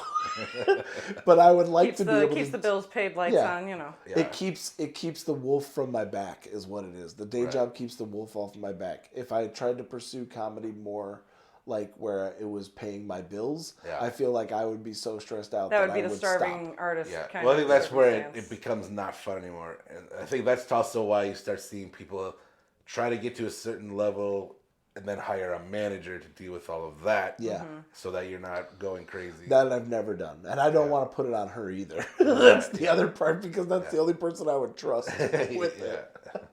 I mean, so far I'm only his occasional video editor. Yes. She does edit my videos sometimes very well. I mean, editing sucks. She loves doing it. Is that true? I don't hate it at all. You know, sometimes I get frustrated, like, case in point, I needed to edit. Yeah. Idiot. Yeah, Joe's a real idiot. It's really under there. It's under there. Say the quiet part out loud. Edit that? Nope, this show doesn't get edited. No, he had a video that was recorded in a set, and the set is him showing a video, but he doesn't want the video he's showing to be visible to the public. So he's like, can we just literally black bar this? And I was like, well, we could blur it. We could blur it, or we could do like pixelation or whatever. So I did that, but whoever's recording it has their own decisions on how it should be recorded and is zooming in, zooming out, moving the camera. So you have to go frame by frame. I am literally going frame by frame, which again, I'm like, annoyed, but also proud of the end result. Yeah. You know, so it's... And not for nothing, there's a certain level of like, some of that will fuel my OCD where I'm like, the meticulous nature, and I'm like, yes, this is great. Well, and so, sidebar, I do that for actual work too. Not like I do editing, but my work, my employer, let's say, asks me to create tutorial videos on the software that we support. Yeah. And so, when I'm doing that, it's a sort of second nature. Like, I have to edit those videos for work. So editing a video for him to share with potential bookers is just not really that much different. And again, I like editing the videos more than I like recording them, personally. So if you just hand me a video to edit, well, that's half the work already done. I'm going to remember that when I start, because I want to do video podcasts eventually. Okay. Yeah. But I don't want to edit it. It's already annoying enough to edit. Because I don't edit, I'll just mess with pitch and voices. Okay. But I... Ugh. Yeah, no, I mean, because he's got a video, he's got a separate audio track, and once those get lined up, I can cut them and edit. Do you line them up, or do you have somebody else do that? No, I will line them up. I feel like that's the most annoying part, because I'm always like, I can direct mic from my little setup here into a camera, which is great to have good audio, but then I have to line... well, that's why they have the clackers, right? Everybody, you also do same one sound. Continuous, and then you edit. So this is something I learned from her. So because I had the issue where I had this track of it was like a judge show. So not a judge, but there were like these like a sidebar of all these other comics talking while I'm talking. So then they're going back and forth, and they're like engaging me while I'm doing it. So instead of me, that's right. It was 2 videos. It's 2 and an audio videos. track. So you gotta pull each clip. Yeah. So what she did was just to simple brain it, like get it way easier to deal with, was put all of it on one, and then start editing from all of that down. Not doing this track, then this track, then this track, then this track. Then they're all married into the software. It's one track. We're just editing clips of the video. That makes sense, because that's what I would want to do, is have like at least 3 cameras one for myself, guest, and then a wide shot. Mm-hmm. But I'm like, eventually, I wanted to do it by this season 2, but It's a lot of work. it's a lot of work. Not for nothing. A lot of people are like, I don't want to be on camera. Oh yeah, that too. Which I'm like, yeah, fair enough. I think audio is still good, but I've got a bunch of other little smaller shows in production that I think it'd be good for. Yeah. People like that medium now too, though, the video medium. Yeah, I prefer watching a podcast if I'm gonna watch one. Sure. It's just I don't know. It just feels like you're there. Yeah. Yeah. And stuff like that. But at the same time, I feel like YouTube's starting to take a decline. Unfortunately, at least for up and coming. I think people are still using it. Yeah, I think that absolutely. people don't like it to be the medium they have to use. Right, and we're definitely ripe for something new. Mm-hmm. Like I've got a Patreon page also, but I don't think that's gonna ever hit as well because it's private prescriptions. Subscription. Yeah, This is a drug. We're just selling it, all right? but I definitely think that there's something that's going to. I don't think it'll ever replace YouTube. It'll make YouTube have to reevaluate the way it operates. Sure. Yeah. Which will be interesting. So, this is how you get into comedy. Now, how do you maintain everything? Because you're wearing a lot of hats, realistically. Well, that's what my doctor said. I don't think about all the hats I wear. I just put on the one that's needed at the time that I'm doing the thing. She's very good at it. Yeah. What about like you though? Like, what are you doing? Like outside of like Joe's got his comedy career. He's dad. You know, he's husband. He's got the 9 to 5. You've got the 9 to 5. Because I don't feel like I've never got the feeling that you live in his shadow whatsoever. No. Like you guys have always been equals 100%. You're shaking your head. The shaking of the head goes really well on the podcast. Sorry. I've tried, so I've been, again, my parents hugely, supportive of when we decide we want to go out somewhere together, especially when our son was young. Yeah. They would watch him. Right. They would be fine with watching him until we got home, whenever we got home. Also, there was a period of time after we moved out, we moved back in. Right. So at that point, we're going to be gone. That's when the economy took a shit in general. Yeah, actually, that's right when the economy took a shit. To say the wedding was in 07 and something was looming right after that. There was something looming right after that. Yeah, we picked the best time, I think, to try and strike out on our own. That's Recession. definitely what it was. I mean, it's actually amazing. At least you got to take your honeymoon. True. Yes. Because I feel like a lot of people lost that. Yeah, I would agree. I would agree. I definitely was appreciative of, I guess, that window of time when it didn't feel looming. So some of that was done on the dime of our future being. Like so. Yeah. Which is fine. We're budgeting out of that space now. That's one of the hats I wear. I'm the family financier. Is there anything that you don't like? I feel like you're not held back at all. So there's nothing that you want to pursue that you're like someday. I wouldn't say that there's nothing I want to pursue, but I think I'm putting it on like a back burner until that is a more realistic, feasible option. Like what would be an example of that? Oh, I would love to do like voice acting type work. Oh yeah, I would love to get into that, which again, when you're in high school, it's never really, they give you those quizzes of like, what kind of job would you like to do? I so many times had like things come up where it was like, an entertainer or a clown. Okay, well, those aren't personally viable options. You could be a clown. Well, like I said, I tried to a couple of times on stage, but the cackling clown. The best laugher in the room. Oh yeah, you don't want to be the best laugher when you're the entertainer. That's the beauty of it. You have your own built-in audiences yourself. I think I'm hilarious. That's your whole guys. shtick. People Listen are like, to I don't things get I'm anything saying. she says. The liar clip just keeps, I'm kicking my own ass. Damn right. No, I mean, I would love to get into that. I'd love to pursue it at this time. We are working our way into a more financially stable period. So, like I said, if we get, I shouldn't say if, when we achieve that, then I think it would be something I'd be more comfortable pursuing. It's like, because it's like taking classes and like anything else.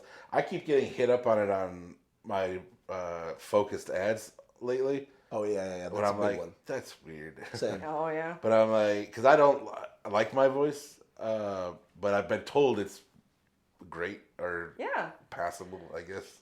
I like your voice. I feel like, well, okay, so I feel like I've always had a very flexible voice, but never something I've considered pursuing, Yeah. right, in like a professional sense. Like, I'm just, again, in the words of my peers when I was a child, I'm just weird. Right. So, She does do character voice work really well though. Like Yeah. I would say like cartoon voices, that kind of stuff we've done like as inside jokes to each other. Yeah. So well that like people get creeped out by us. Yeah. So it is one of those things where we definitely have that like going back and forth with each other, but she is very good at it. I also feel like, anything that if I were to ever make a movie or do anything like that, is that she would be in it regardless as like an actress or one of the other characters in it. And I wouldn't like make her willing and unpaid, so, Yeah. Right. I'd pay you catering. craft services, ooh, Ooh, delicious. all this for me? This sandwich is worth it. But yeah, The no, like French tip. that's one of those things where I feel like when we get a chance to do it, because we've pursued it a bunch of different times on like smaller level stuff. Yeah. Even like our friends like Gina, Andy have been involved with us like trying to do sketch stuff before. Yeah. And Yeah, that was fun. It was one of those things where we pursued it, tried it, and it was just so much time, so Yeah. much effort, and us not being good at the exit strategy of it, like Right. the editing, Yeah. the posting. I can write. I like to write. I Yeah. like to write a lot, but I don't like the follow through because It's also a bit of herding cats too, Yeah. because everybody's doing it when they're available, but also maybe not necessarily making time to be available to do it on a specific, we all have to agree on when we're going to get together, focus, work It's like on trying it, to do play it. D&D. It's impossible God, I know, to get right? people consistently. We've had months off right Tiefling now. warrior over here. Tiefling warrior off for 2 months. Haven't seen a lick of adventure. But yeah, it's that. Like I want to be able to do that stuff, but I have this thing where I know that I can go do stand up and it's an immediate return on my investment. Right. I see how well and I did sketch in the city at Second City for a while. I even did it afterwards and did all this stuff where we were doing it in independent He had theaters. a prolonged and stuff. education of sketch. That's And awesome. then, but doing My it, aunt teaches sketch. you Okay. get She was a comedian for years, and now she teaches down in Florida. Well, I don't know if she's still teaching, but she was teaching in part of a sketch group down there. We're getting stage names after this. I need to know. But I want to know like what it was. Is I was doing that sketch and I would realize like, okay, so now I got to wait a month before we air all of this material. Everybody gets to rehearse it, and I kind of get to hear it out loud, and it's good, but it's not the same as an audience being in here. Right. And where for me, it's like I write a bit tonight. I can find an open mic, go Yeah. try it. Right. Done. Start really It's done. dialing it in. Yeah, and then I can nix it if I need to and like not have it anymore. It's Yeah. gone. But I get that immediate return. And I think that's where I started realizing I didn't want to be well known or good at being a booker. So I stopped doing shows by myself, or like my buddy Jared, we would like run shows and like make those lineups and try and do all that too while hosting it. I didn't want to be good at that. I wanted to be good at the stand-up part of it only. And then the business part of it is another thing I'm trying to learn now. Yeah. Just so that I can make money doing it. There's, I think, something that always stood out for me, and kind of one of the ways I'll judge a comedian that doing stand-up is something George Carlin used to say, that he always prided himself on being a comedian that wrote his own material. 100%. And then he transitioned and realized that, no, I'm a writer that performs my own material. Sure. And that's such a whole different mindset. And I think that, I mean, you're talking about the greatest of all time. So obviously, for his whole career, he was Do I incredible. still collect his VHSs? Yes. Yeah. Do I look for his Shining Time Station issues? Yeah, for sure. That's a good collection to have, though. Like, and I feel lucky because I was exposed and shown George Carlin and Eddie Murphy on the same day when I was like 8. Nice. Like it was still the 80s, and my dad was playing them, and I was like, well, this just changes everything. Mind blown. Yeah, no. See, and in the 80s, my father was a big fan of like Mad Magazine and Weird Al, right? Nice. So Love Weird Al. I had a whole VHS of literally just Weird Al's music videos, and watched it on repeat because I thought it was hysterical. Yeah, I it's didn't so know. I didn't know Michael Jackson had written songs that these were parodies of. Yeah. So seeing those after the fact and being like, why does this look so much like Weird Al? That's funny.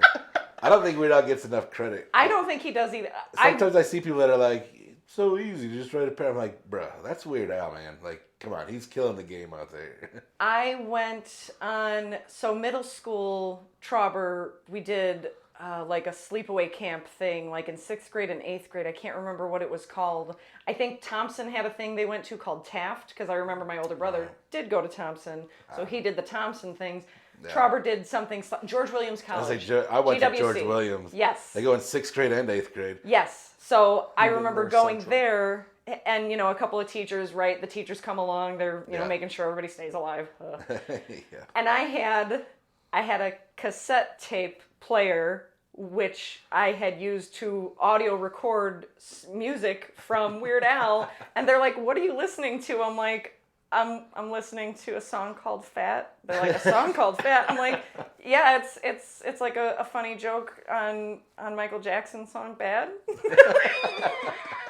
Trying to explain parody music to adults. Well, not for nothing. Trying to explain why something's funny or a joke is just as... Doesn't work. Doesn't work. Yeah. Oh, God, You had to be there. oh, Ricky, what's a girl like me supposed to do? Yeah. Instead of Mickey, it was Ricky. Yeah. I love Lucy. Mm-hmm. I love Weird Al. And also going back to the voice, I think I'd be really good at voice acting also. Mm-hmm. Just because first off, I love cartoons. They're so good. In middle school, started earlier, right, than grade school did, and I definitely developed OCD about getting up early enough to get to school, right, because I would, a lot of times I would have to walk. Eventually they gave us bus service, which was hysterical because they would get us bus service from the subdivision, but the bus that returned wouldn't actually go to the part of the subdivision I lived in. Hysterical. Yeah. But so I'd get up much earlier than I needed to, because in my mind, again, this compulsion of like, I got up at literally like 4:30 in the morning. Yeah. Not needed, but did it anyways. So I would get up, I would shower, and then I'd be awake for like a couple of hours with nothing to do because I didn't have to leave for school yet. So I started watching anime, started watching Sailor Moon. Yeah. And again, just not really appreciating that the people who were voicing these characters, that was their job. That was, their career, one of the things they did. And so he was telling me about this summer coming up. There's a con Davenport, with, Iowa. Davenport, where they're going to have some of the voice actors. The Sailor Moon from the Deke dub, which is a specific one that was done in the U.S. This is not the... That's a deep cut right there. This is me getting the voice actress a that boner watching did her the nerd Sailor out. Moon character from the Deke dub specifically was going to be at this con, so Yeah. we're talking about getting tickets and making a little trip of it. That's awesome. Indiana Con was just, I think, last weekend. Okay. And Tara Strong was there. Yeah. Oh, And I was like, man, God, I would have she's loved good. to. God, she's good. Just because I feel like she's kind of winding down now too, but she's been incredible since the late 80s. Jump. Yeah. Yeah. Yeah. She has so many things under her belt too. Like she's done so many characters. Yeah, that's so true. many different characters. Yeah, too. when they put the voice range is actor crazy. in front of a mural of all the different characters you did, you're like, holy, oh my God, this is my childhood. She voiced my childhood. Yeah. Well, I also like to. So, and a lot of times you'll see like Tara Strong's known, at least for me, as Batgirl in the Batman animated series. But as time went on, eventually, what's her name? Sorkin, once she passed away and stopped doing Harley Quinn, Tara Strong stepped in and did Harley Quinn in certain things also. But she did her voice. Yeah, she did it. She did it like Harley Quinn's supposed to sound. Yep. Like I love the new Harley Quinn so much. Yeah. The new animated show is amazing, and I love. I can't even pronounce her last name. I don't know who you're talking. I know what show you're talking about. And I've seen like episodes of it. So It's the lady. very She's adult, from The Big Bang Theory. Yeah. Okay. And Gotcha. she's amazing as Harley Quinn, and the show is hilarious. And also, I feel like it's the best portrayal of Harley Quinn and Poison Ivy's relationship, which I Yeah. who's Lake Bell, and Lake Bell's amazing as well. But no, Tara's amazing. Like I love that you like Tara Strong. That's amazing. yeah. Like I'll nerd out all day. I'm trying to get it refocused back on you guys because we can nerd out uncomfortably long. Easily. Yeah. But that would be awesome to go to that. There's something too. You had a pretty crazy health scare. Oh yeah. When did that happen? That was in 2015. Because that was a long time ago. Yeah. Coming up on 10 years next year. So, oh gosh. So where I've worked for 10 years. Yeah, because this is when you were starting there, right? This was. Yeah, it wasn't. Early. It was probably like within, the first year. So prior to this, I had worked in retail, and the job I had working in retail, I'd been at for almost 8 years. So not that I didn't like it. That was a whole. It's retail. Yeah. It's retail. That's enough of an explanation. I could have stayed longer had I stayed in the position I started in, which was shipping and receiving. I really actually thrived in shipping and receiving. I got not for so nothing. many accolades. Retail and that, like I always did warehousing in retail. It's so different. Yeah. So And different. it's not as bad as actually working the floor. Right. Well, so what transitioned me from the back of house to the front of house was they offered me a promotion again because I was very good at my job, very competent in what I did, got a lot of praise for it. So because I was good at the thing I was doing, they wanted me to do something else. I love the logic. Right, it makes sense. So they offered me a promotion, and I literally, my questions were like, would I have to work weekends? Yes. Would I have to work evenings? Yes. Would I have to wear, sales floor attire? Yes. Ugh. So my answer was no. Right. Because those were the three things that I, abhorred about having to work retail. Yeah. So they hired somebody from outside the company, and this woman was a micromanager and was directly over me. So despite the fact that I'd been with the company for longer, she made my life a living hell in a very honest way. So when she eventually moved to a different division of the same company, she started working for the store that was downtown. They offered me the position again. And foolishly, I really wish I could go back to that version of myself and be like, just say no. But I was like, well, if I don't take that position, I could be stuck with somebody else who is just as terrible. Yeah. So I took that position, started working evenings and weekends and wearing sales floor attire, which, don't get me wrong, I have a lot of really nice clothing as a result of that. But it was really the beginning of the end, because, and I got along so well. The coworkers I had at that time, absolutely nothing against them. They were all fabulous. They were all great. I just really didn't like what I was being asked to do. I didn't want to interact with customers. Right. This is how I feel like it starts in her. Like this is her giving herself a brain issue. Which is this is where it all started, like taking that job and like starting it off. But that's just conspiracy theories. So when I was actively looking for an out, that's, I had a friend who worked at the company I work for now who was like, well, hey, why don't you come interview? We're hiring. I'll be your reference. Went and interviewed, got to wear some of the nice clothing that I got from my retail job, which was hysterical because walking into that office environment, everybody is like t-shirt, jeans, shorts, flip-flops. It's a very small place. It's a very small company. Yeah. But so, I did well with the interviews. I got the job. I started working there. It's a very small company, and, everybody really seems to care about each other and take care of each other, which is important because that is when in 2015 I had a seizure driving home from work and crashed my car.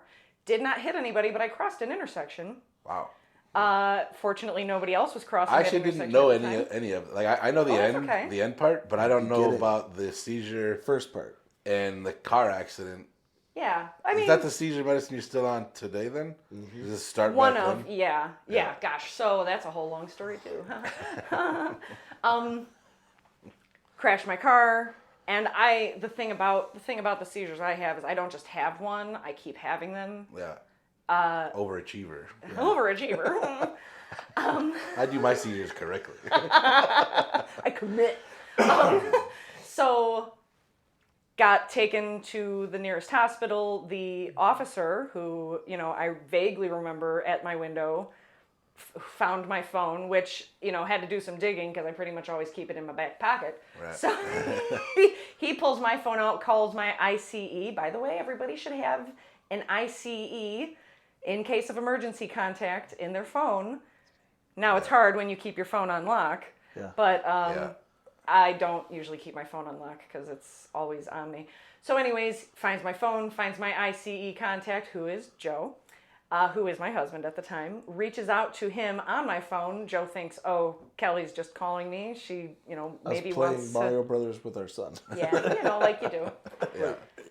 But it wasn't me on the other end. It was the police officer letting him know I'd had a car accident and I was being taken to the hospital. So now here's something I'll say about the time frames when I'm actively seizing. I'm not there. Yeah. It's a lot harder on everyone else who is there because they have to experience it. I am not actively in my purview. The I'm time not stops. experiencing Like you it. just wake up and they're it's like, just how much darkness. time had it been? It is just darkness, and I wake up and I'm like, again, why does my mouth tingle? Why am I having a hard time putting thoughts together? Do you Why feel am I the at after dinner? effects like that? Like, Sorry? it's very cloudy.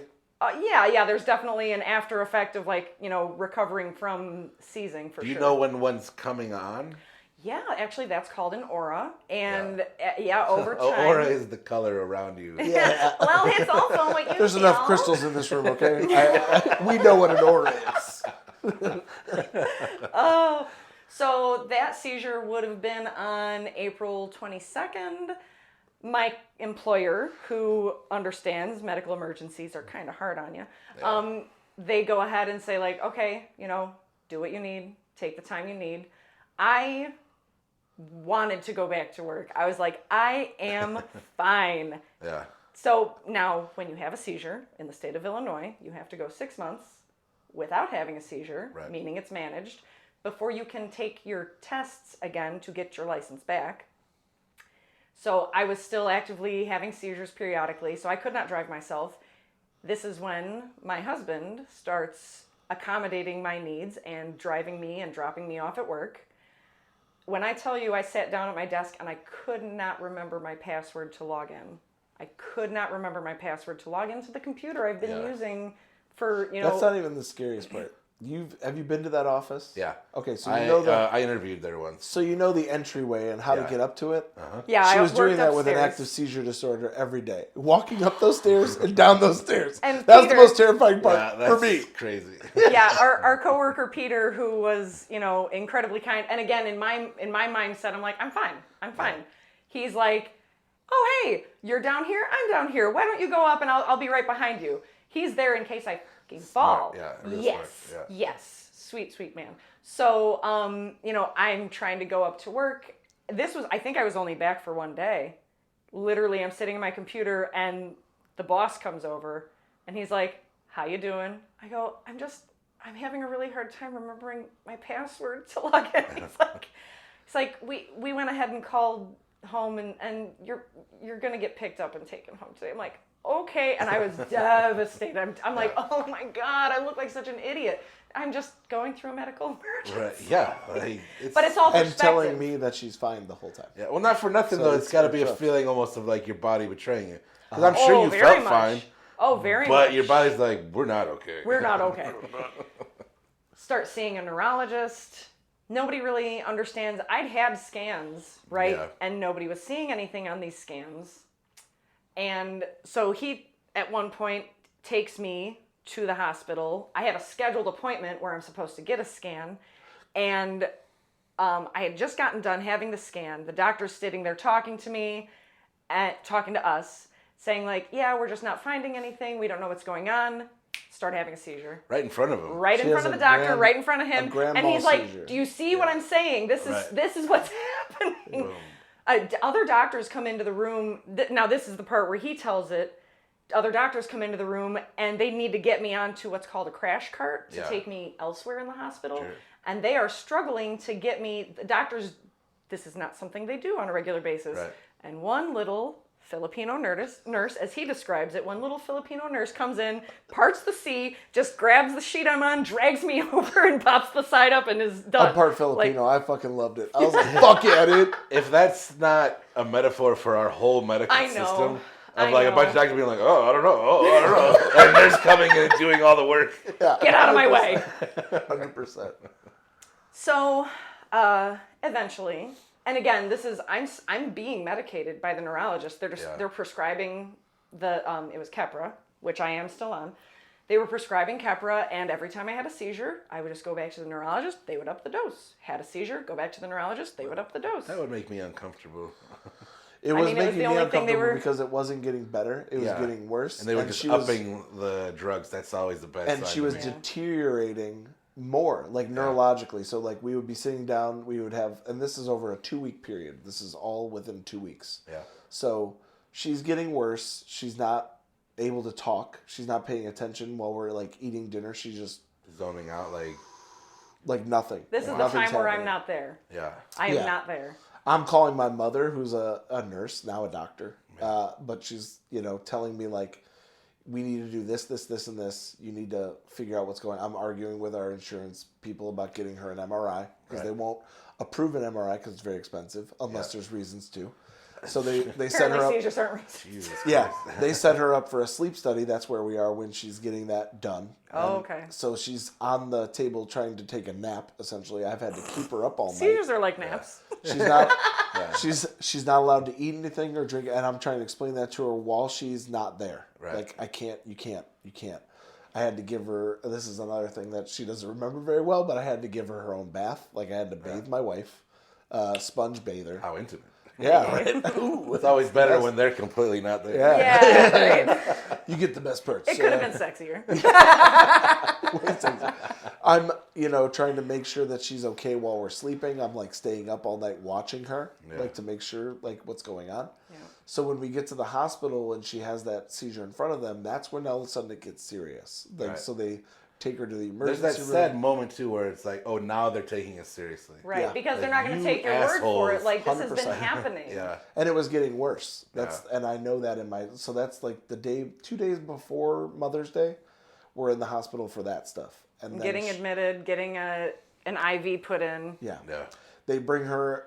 They finally give her an MRI. They see that she has like a 3 centimeter 5 mass, centimeter mass. 5 centimeter mass in her brain. Jesus Christ. So And they then can't identify what it is on just the scan. right? Sure, but they can at least tell. see that something is off. something's off. This is not normal. So then they set her up in a room. They're monitoring her. They've set up a surgery for like 2 days out, 3 days A out. craniotomy. Yeah. So, yeah, but that's like To get 2-3 days out. They're like, this is a big deal. We need to get this going. now. Yeah. So then overnight we're there. We're in. This is at Rush. We're over there hanging out in a room. She starts having seizures at night.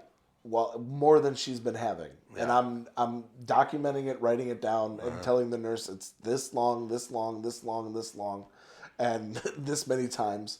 They bump her surgery up by 2 days. So Mother's Day. on Mother's Day, she goes in for her craniotomy. Essentially, they remove the mass.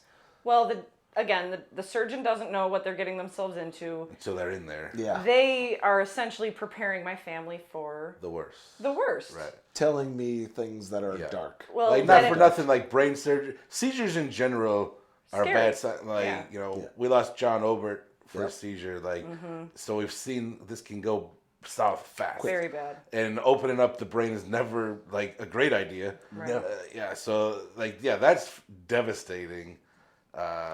We have that's a tough. 2-year-old, 3-year-old at the time. He was So my graduating second bout of preschool. seizures was on our son's birthday. Yeah. Yeah, that's, We were just out for a family drive. He's driving because I'm not allowed. right. And She has one of them in the car with him in the back seat while we're on a bridge, so I can't even pull over properly. Yeah.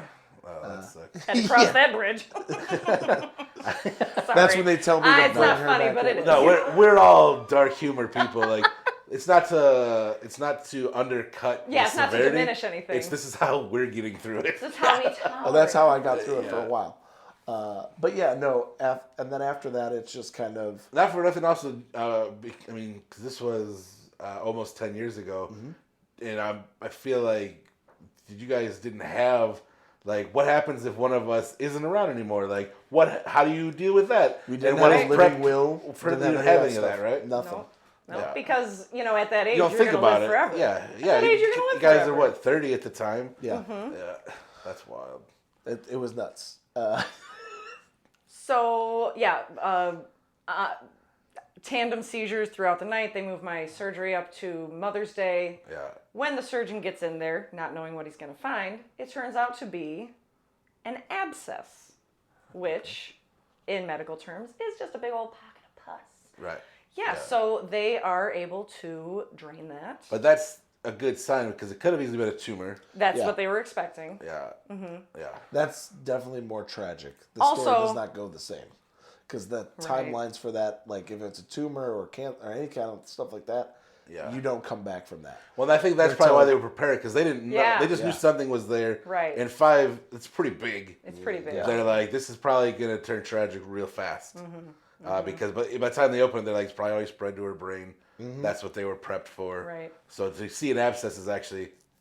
Do you feel Sigh like of relief. I like to think they had your head open and they're like, oh great, it's just a little puff. Oh, pocket." nice. Suction. Get this in here.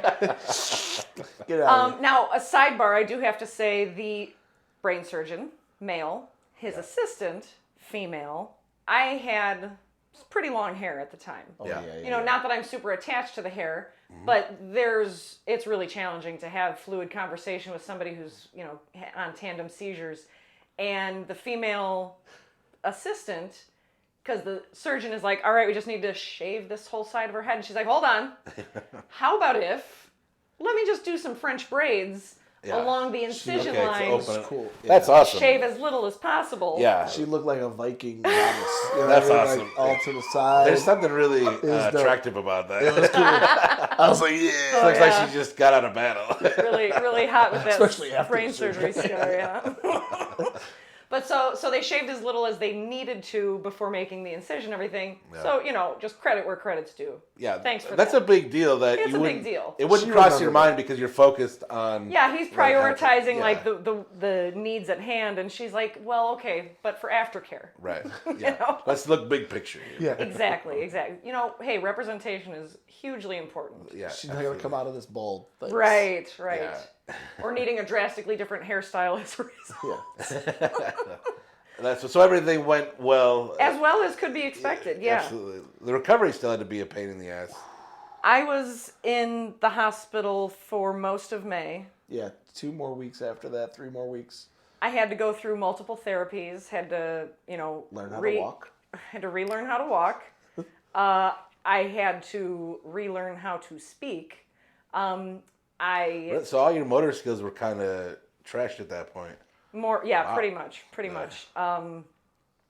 So aphasia, holy shit. Yeah. The concept of having words on the tip of your tongue and you literally can't verbalize them because there's just a block. It's crazy when you start seeing how the brain works. Yeah. And like if one little piece one synapse doesn't fire, and you're like, God damn it. I would be locked in the effort to recall a single word for such a prolonged period of time. I credit it to broadening my vocabulary. Yeah. Because I would have to learn alternatives for the things I wanted to say. Right. Because I got so frustrated with being mute.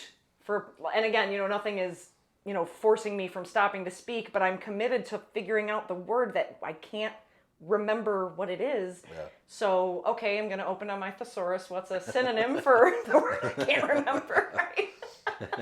So broadening my vocabulary because I just needed to be capable of speaking again, having a fluid, competent conversation. Learning to walk again, had to wear a gait belt for a prolonged period of time. And so I'm literally being for lack of a better word, I'm being walked by a nurse. Yeah. You know, because they have to hold the gait belt while I practice walking. With post-brain surgery, there's some swelling, right, that happens. So my vision is also affected, like the ability to just see straight forward, either going, cockeyed or cross-eyed. Did they remove part of your skull? No, they just pried it open and drained what was necessary. Let's say with John's, his brain was swollen, And then so they had to remove push. part of the brain so Sure. that they could still get to it and Sure. so it could breathe. Sure. Well, and so, kind of circling back to YouTube, there's a content creator who I watch who, makes jokes about like things being shunty. He had a brain tumor, and so he has a shunt, right, to drain any of that fluid. I, fortunately, again, the circumstance that I'm under did not have to, deal with, removal of any part or, prolonged drainage of anything. Yeah. I was just on a heavy barrage of antibiotics to, prevent anything from getting infected or developing again in the future. Yeah. So, yeah, just sort of relearning everything. I had an occupational therapist who at one point was just like, I don't really think you need me. You seem pretty normal. You're the woman with the dark hair whose name I can't recall. I shouldn't say the woman, the doctor with the dark hair. But just like occupational therapy, relearning, like, they would come and we would go to a separate part of the hospital where we would sit and play like a board game, or we'd play Uno, stuff like that. Just little Simpson Legos when they were coming out, the minifigs. Yeah. And she would build them. Like Nice. to kind of Stuff that's super fun. yeah, motor. Yeah, well, it's all like these little motor skill things. We Yeah, were getting yeah. her back to just being able to do stuff. But it was with Seth. Our son is like sitting there, being a helping part her, of it. being a part of it, being So chatting is that with like her. 6 months, a year? 6 months a year, she's Somewhere in good. there, yeah. Like Yeah, 3 months is where it was still kind of iffy. She's got these little things where there's a stint in the So for they like put the IV in Yeah, the like a permanent- most fucking under her arm inconvenient here. place. Oh, that is Yeah. stupid. Well, the thing about it is you need two hands, Yeah. and literally, like, I couldn't. Yeah. You see how my hand is bending here? It's under, like, behind my. twice a day I'd have to where sit is there it? and put here. it- This is the scar. Yeah. Do you see how one hand can't get to that point? Yeah, on the bicep there, that's Yeah. wild. Yeah. So that's where it was inserted, and so when I would be sent home with these IV bags, antibiotics, like I said, antifungals. antifungals, and I would have to have a home health care nurse come over, change that for me. And while the antibiotics were going in, I would have to literally be actively walking around the house to help it circulate through my bloodstream and everything like that. So exciting.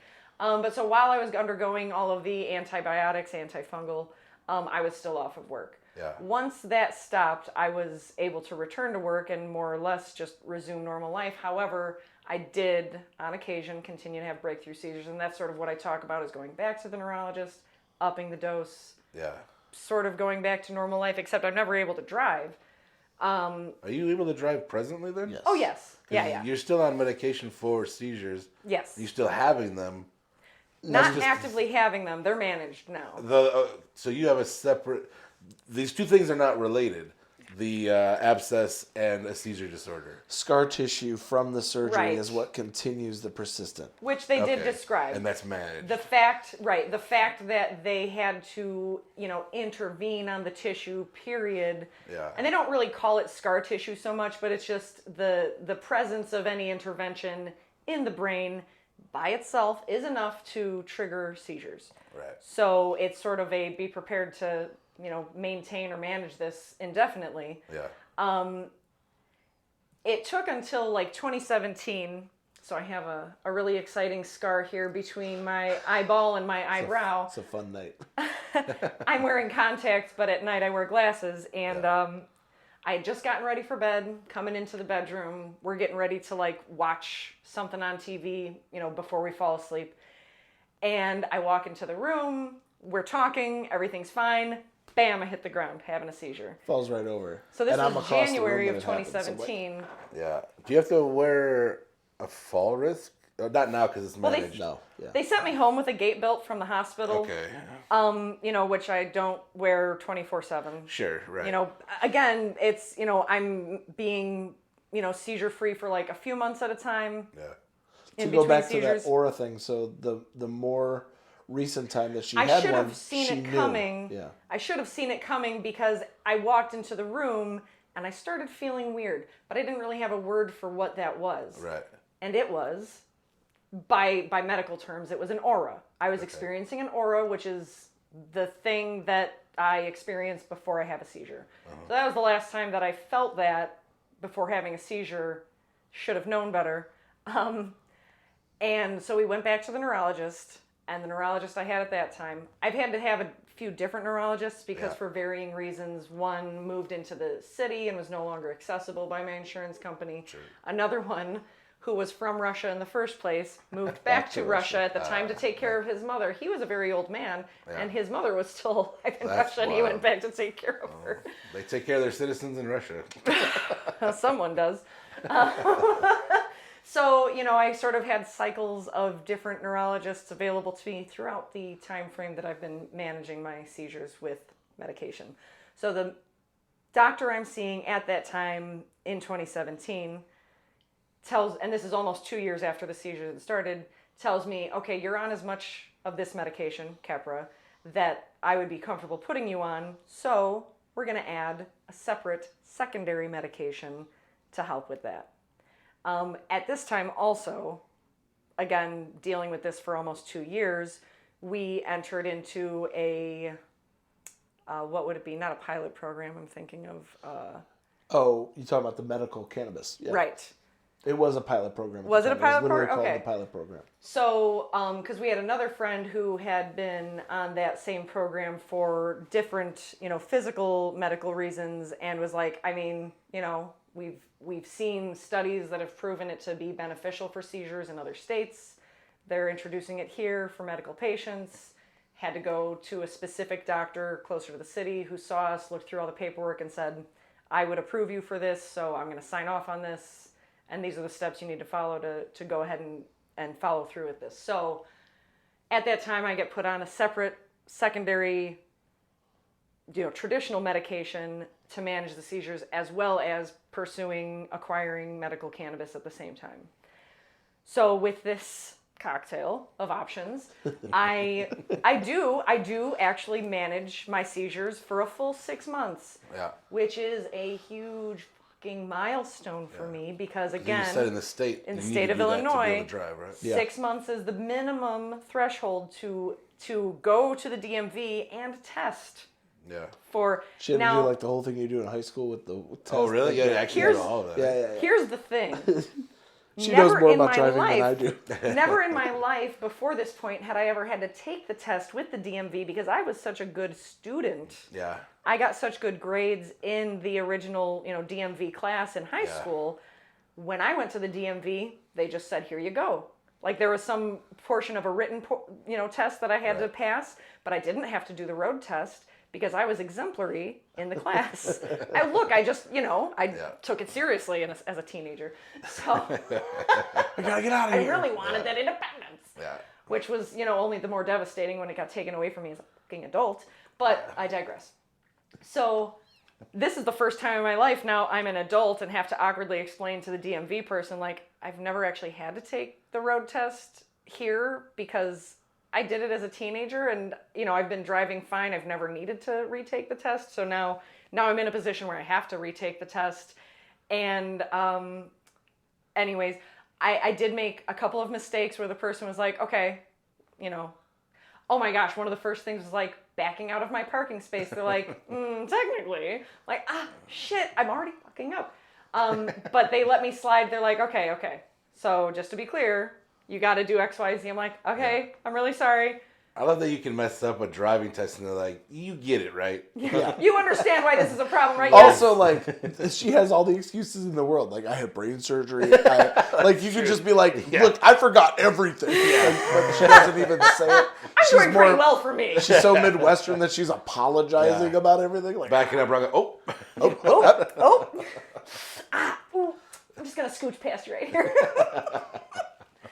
So, fortunately, I did pass that, got my driver's license back in 2017, and was then capable of driving again. Now, mind you, I didn't have a vehicle to drive. It was just, if I could borrow somebody's vehicle.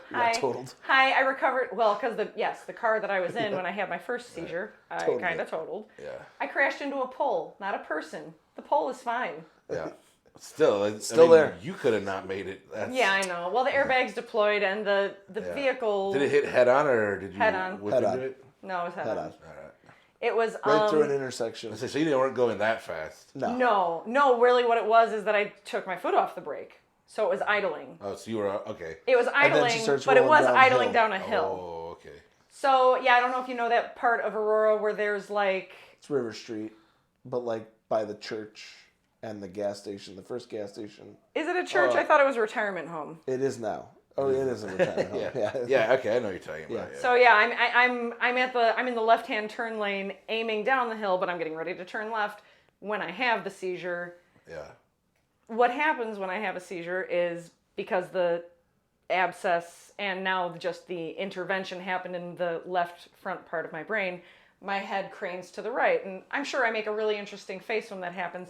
The driver in the vehicle to my right who called 911, because they witnessed everything happen. That's huge also. Yeah, because I don't know how long it would have been for somebody to find me had that driver not called. It was good that it happened during like rush hour. But what they described was I made like a face. It's not funny, but it is. It's your story. We can laugh at it. So, and I have no idea what kind of face that was because I'm not there when it happened. Sure. But I crane my head to the right. I make some sort of special face. Hopefully some weird sound too. Yeah. I have to ask Amy about that. Yeah. We've had friends witness her having them in the car. I've traumatized. Oh, you should definitely text all your friends who've seen it and be like, hey, how funny is Kelly when she has a seizure? Like, did you laugh scale of 1 before to you got 10. worried? Yeah. On a scale of silly to hysterical. So they witnessed me crane my head, make a funny face, cross the intersection, crash into the pole, and they called 911. So that's what happens every time I have a seizure. So I have a weird sort of, I've gotten over it in recent years, but I hate turning my head to the right because trauma. Right. So it's associated. It is So in my head, I'm like, well, if I turn my head too far to the right, am I going to have a seizure? Right. It's not the same. But still, that's how humans are silly. Yeah. Yes. I try to stand to her left. Whenever possible. Gosh, I forgot where we were at now. This is just. Oh, her brain didn't fully recover. Yeah, no. 2017. Right, I get my driver's license back. Yeah. Because my car got totaled in that incident. Right. So you guys only have one car now. Only have one vehicle. So really, it's just like if I have the opportunity, if nobody's going to be using a car, but also too, like if I need to go anywhere, everybody's always offering to drive me anyway. Now, does this mean that for 2 years, eventually you go back to work? Yes. So you had to drive her to work. Literally, he's dropping me You've off at work every day. also got to take care of, because that's only 3 or so at this time. At this time, we had, not because of this, prior to all of this, financially mostly, we had moved back in with my family. Yeah, that's right. Yes. The big crash. Yeah. Yes. Yeah. So we had already moved back in with my family. So you had a little support. Yeah. We did have, I would argue, more than a little support for sure. So even before we lived with them, they were the primary caretakers of our child while we were going to work full time. Right. And also, too, this was work full time and then school occasionally for me because I did, follow through with at least getting my associates in general studies. That sharp turn was into electronics technology, by the way, when I finished. And not that I got the degree specifically in that, but that's what I started focusing on after I stopped pursuing education. As my major. So they were present for him that entire time. My mother, who by profession is a preschool teacher's aide, she, when our son was old enough, just started bringing him to school. So when she would go to work, he would come with and go to school, and it started in her class and then went to, the class next door when he was in the next, like the pre-K program. Incredibly fortunate for having all of that, again, significant support, I would argue. Built in, Yeah. And then again, we're living there when he's pursuing comedy. They are more than comfortable accommodating, our needs for childcare and things like that. So when it came to me needing my own special care, it was not only fortunate but important to have them, available for, just again the support structure of, being able to rely on someone to be there with our child. Again, if he's taking me to doctor's appointments, we don't have to worry about finding someone to watch him. Yeah. At that point, we're more or less just saying, is someone going to be home? We need to go do this thing. So, largely someone is always home. Largely not stand-up anymore either, because that was me taking it back a lot. So that was I didn't do comedy for almost a year. Yeah. Well, there were 2 or 3 limited sets to there were get some occasions. stuff off my chest. Right. Yeah. This is a therapy session. So yeah, I remember the first night that she had after the surgeries and stuff like that, she had a monitor on her bed, and I left her there. Visiting hours were over. I took Seth home. And after I got him home, I know that she has a monitor on her bed that if she gets out of bed, a nurse has to be there and they're going to call me immediately. Yeah. So that night, I go out and I do a set about what has been going on for the first time in 6 months. Takes the first opportunity to go out and talk about me. Yeah. So that's cathartic. It gets me back into comedy again. But for a while, it was one of those things where we're not, I was just getting good. I'm just getting good at this. I feel like I'm just getting good at this thing, and then that hits that directly again. And what it did was it reaffirmed that this is something that you do more as coping mechanism. Right. Like I'm doing this to deal with what I'm going through in life. Public therapy. Yeah. Right. Yeah. But I'm not I tried not to treat it as therapy as such, because what ends up happening is then you notice that immediately. Right. Well, the job is to live through these ridiculous things. Yes. But make them funny and relatable. And lift up people that are in the room, not make them have to deal with the trauma that you don't. You don't want the audience to be like, Jesus Christ. Oh my God. So you mentioned earlier having writers' meetings in the basement. Yeah. What does that look like, and why is that happening? He was at Second City at the time. And I'm trying to pursue we're doing rewinding sketch back comedy. to when we lived in Yorkville. Yeah. And so while we were living there, we both have full-time jobs. My parents are the child care for our son. Yeah. During the day, we would pick him up, bring him home, pick him up, bring him home. And then after he was done with his job, he would be, not every day, it was it once a week or twice a week? Once a week. Once a week, In the he city. and, other people that were in his class, when they first go to the class, nobody knows each other. Right. But you learn where everybody lives and oh, hey, you're on my route. Why don't we Yeah. carpool kind of stuff. So once a week, he would be driving into the city to take classes at Second City for comedy sketch writing. And when they were working on the shows that they were going to be putting on at the end of each, class, that team of writers would stuck together a little bit. Right. So then we started writing other things where they're coming over to my house once a month, something like that, to hang out in the basement to write something we're going to do outside of this thing. Right. And then that's what we were trying to do, essentially, was to make our own thing. Mm-hmm. Didn't work out. I definitely got some things off we got it, filmed, things like that, but then you learn that it takes a lot of time to get this thing filmed, then someone has to edit. This person that I'm having edit, I don't like them anymore. They're a bad person. Or herding cats. We have to bring in more egos in general. Well, that's what it was. It's really hard. That's what's challenging. It's a slog to try to do it all yourself, and then it's tough to bring in more people. It's tough to trust somebody with your baby. Well, that's the thing too. Is especially coming from the stand-up world, where it's so much of your ass is on the line, and you're the focus. And these are all people I'm doing with that don't really have any experience with that or know what that is. They're just I like YouTube. I watch YouTube. Right. Well, and also arguably a lot of these other people, actually I think all of these other people are single adults. Single adults without, which is a very different without their own families, right? Yeah. So there's a lot of footloose, fancy-free sort of perspective of I can go anywhere, be anywhere. Yeah. Also, I don't have a space for you to come to, so where can I go? Yeah. and of I'm thing. just so. trying to be the person who wrangles all of them. That gets annoying very quickly, and you don't want to do it anymore. Challenge. That's it. I think it would be a reaffirming how much I wanted to do just stand up on my own.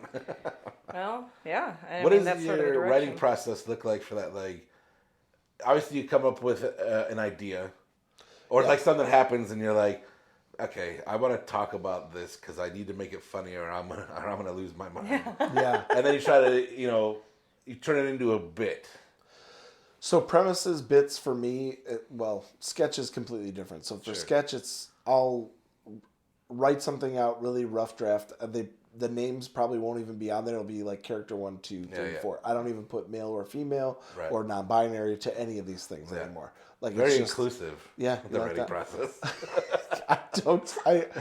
I have people I care about. But it's one of those things where I wouldn't even put that face on there. It was more about the jokes for each part of this and making sure that within 4 or 5 pages, I get the original premise across and I get like a point. Like where I would do things where I would build, worlds really quickly, but also just like doing a thing where I'm trying to get a bigger point across with at least 6 jokes in there. So 4 to 5 pages, you're talking script pages. Yep. What kind of, how long is that? Is that about a 2-minute sketch, or what does that look like? 3 to 4 minutes usually. 3 to 4 minutes. And that's me. Like I've written really long sketches. Yeah. They don't go well. Usually, I don't you like gotta them keep as them much. tight and to the point. Yeah, we used to make jokes about people that did improv, and I'd be like, "Oh, I'll put that in my improv notebook." Because one of the things you learn about people that are doing improv, especially, they're doing the best that they can do that night. Right. But then they'll bring something from that went really well into another sketch later on. Right. So some of it is, and some of it isn't. Right. But Well, they that kind don't of say goes that back part. to what she was talking about too, of like taking these bits from a long time ago and kind of polishing them up a little bit. So my joke writing process is very different. Joke writing process is something happens to me during the day, I write it down. Like no matter what it is, it either gets put down on a note on my phone or on my actual notebook that's in my pocket right now. Yeah. Like with a pen. And like that gets worked out as like I might go over a little bit of it during the day before I go to actually say it for the first time on stage. And I might not. I might literally go up there with a card that says like just that one line, like about this. So you don't work it out. It doesn't sound like you have a working out process. I work it out on stage. I will say it for the first time on stage. I used to do this thing where I would talk Write it out in my word car for word. for an hour. Like, Well, I think I kind of like this idea just because, I mean, obviously both processes work, whatever's somebody's individual process makes sense to them. But I like the idea of building it on stage because I feel like if you build it on your own, it's already in your brain, this is it. As opposed to like, I need the audience's feedback each step of the way to really maximize how this is going to be put together. I always use the joke of like putting the wrong emphasis on the right syllable as like this thing, like for me, like on stage, that's what hones it perfectly. I might, and I record everything like diligently, at least audio wise. I've gotten better about doing video, but that's more because it like gets me more business. I can actually use that stuff. But like having an audio part of it just for me is the part I'll listen back to, as annoying as it is to have to listen to your own voice. It is. But like, especially with comedy though, like something as simple as the cadence will change the whole premise of a joke.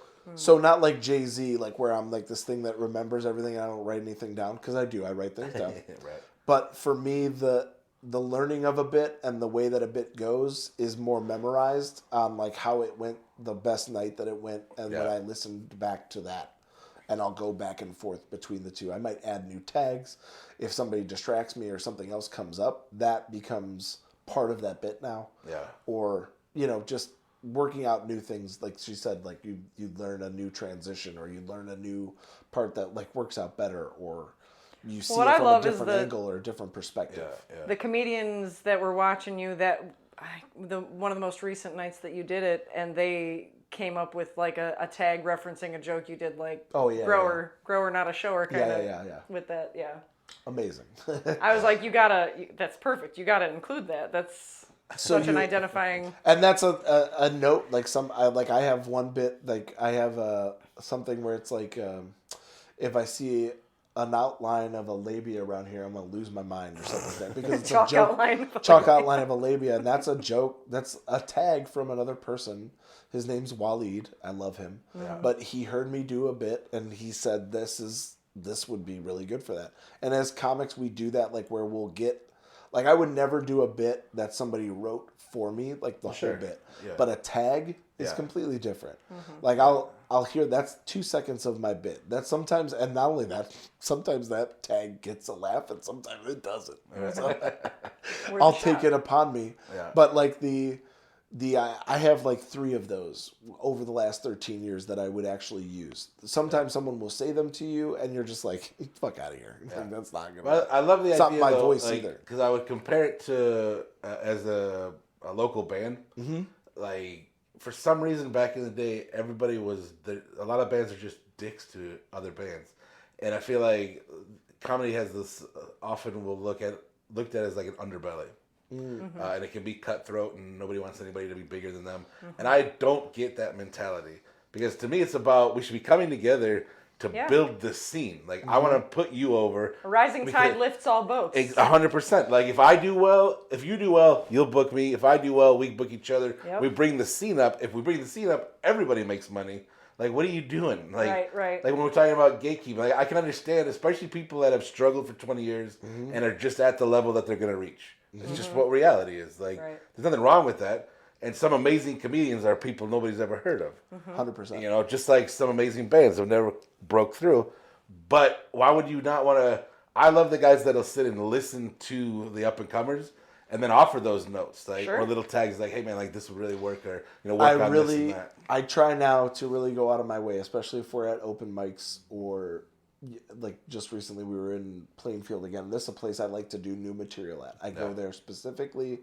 I'm working on new stuff. I want to know what this room thinks of it. Right. This is the See You Next Tuesday open mic in the basement of Mojo's in downtown Plainfield. I'm just saying. I love Mojo's. Yeah, it's a great place. So Tuesday nights they do an open mic. Timmy and Amy, be good to them. Don't abuse that room. It's worth it.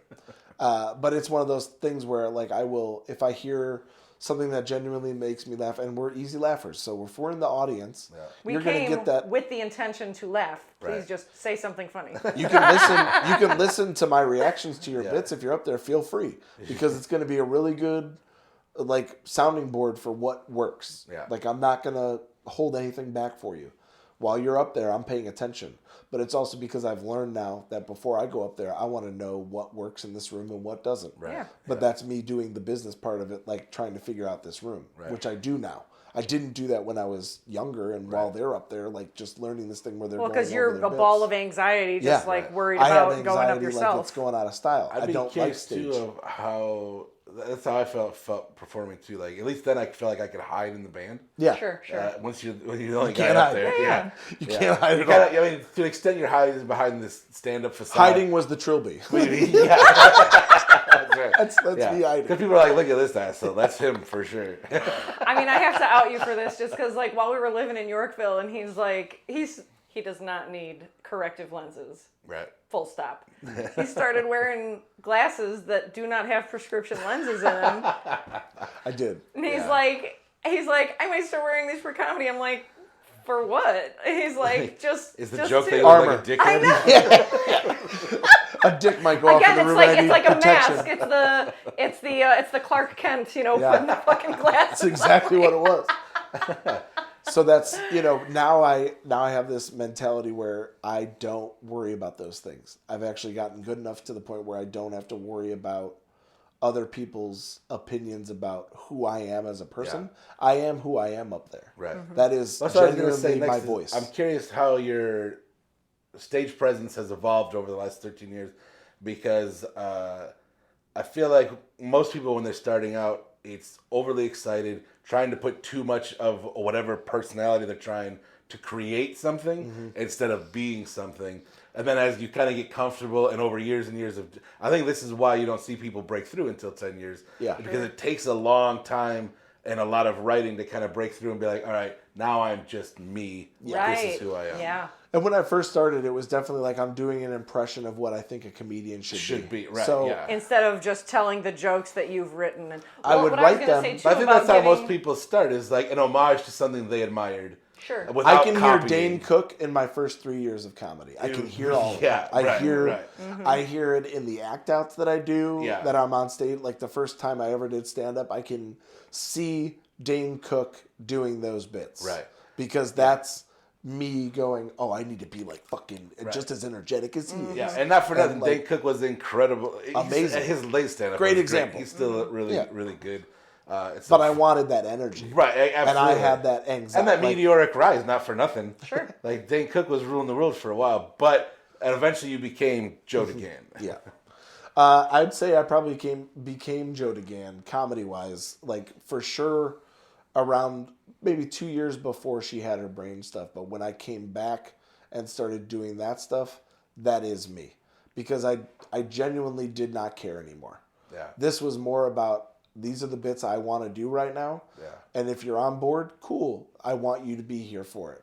I want you to be liking what I'm doing, but I don't need it to like survive. Right. I'll keep doing this bit whether or not this old lady in the back doesn't like it. Which is, I think, is an important line. I was going over approval for everyone for a long time. Well, there's a line too of, all right, is this bit not working because it's not working and it's missing something, or is this not the right audience for this bit?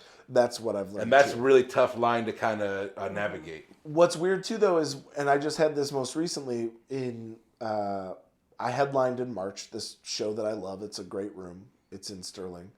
But there were people that were actually there to see me. Yeah. Which for me is different, because what I noticed is that my reaction to being in that room of people that know me is completely different, because I have an anxiety of like, I'm going to perform these jokes. They've never heard this before. Yeah. I'm looking forward to them hearing stuff. And that is a whole different ballgame. And then the way that they react is completely different too, because I'm not someone that they know necessarily like the bits of, because they know of me, they're there to see me, but they've never heard me before. Like, that's a weird dichotomy. Yeah. Like, I don't know how to explain that to someone, but when you know that there's a room full of people that are excited to see what you're doing, Right.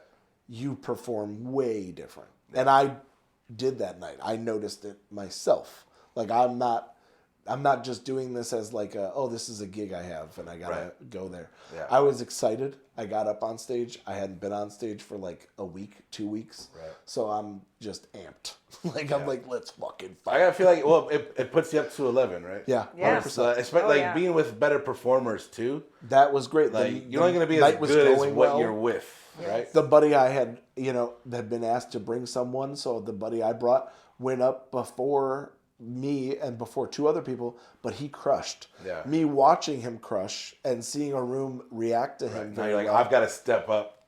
I've got to at least match that. 100%. Which is good, which is what I want, which Well, is and why this I had buddy- him come. Yeah, this I buddy wanted has a tendency to set the vibe of like, what is this crowd gonna find funny? Because Yeah. he's got some interesting stories he tells, and when the crowd is laughing at that stuff, it's like anything goes here. Yeah. That's what I want. He's a good barometer for me. Like, He's I'll be able to excellent. know where I can go with the crowd based on what he's doing. Yeah. So being able to have that, being able to see it, having a room react to me in a way that like I haven't had, and that it helps lift you up where you keep Right. doing Yeah. this. It's like, oh, this is why I'm doing this. Yeah. I'm good at this. So when you put together a set list, then how tight do you keep your set list versus? I mean, I'm sure you keep it semi loose because it's going to depend on the audience, and kind of the place and what they're into.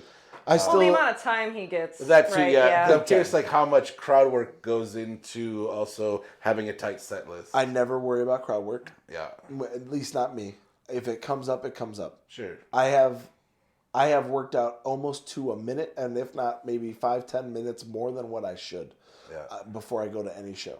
So, like, my problem is deciding what I can do Where you're gonna with this set.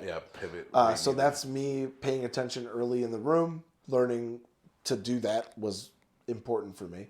But, like, seeing what these people are reacting to before I even go up there. Yeah.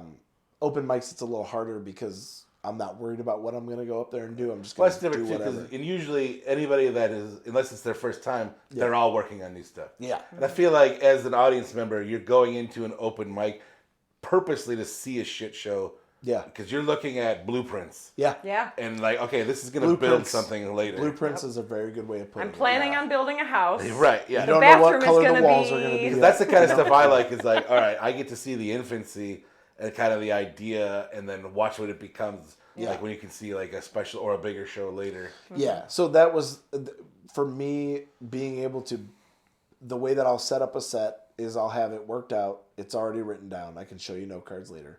I believe you. But they're all like, I'm going to Never do this not on bit, him. this bit, this bit, this bit. What'll end up happening is I'll take notes after my set. I'll Yeah. put a star on the ones that went really well. I'll circle stuff. I'll write a new tag that happened while I was up there so that I don't forget to do it the next time. Right. I'll look at those cards before I go do another set, and I'm writing it out for another list later. Yeah. So it's just diligent note taking for me now at this point. Like I'm Right. doing the bureaucracy of it. Like Do you write with anybody else, or do you just, at least for stand up, do you just do your own I writing? just do my own writing. And like I have, like I said, there was like 2 or 3 bits, like little tags. Yeah.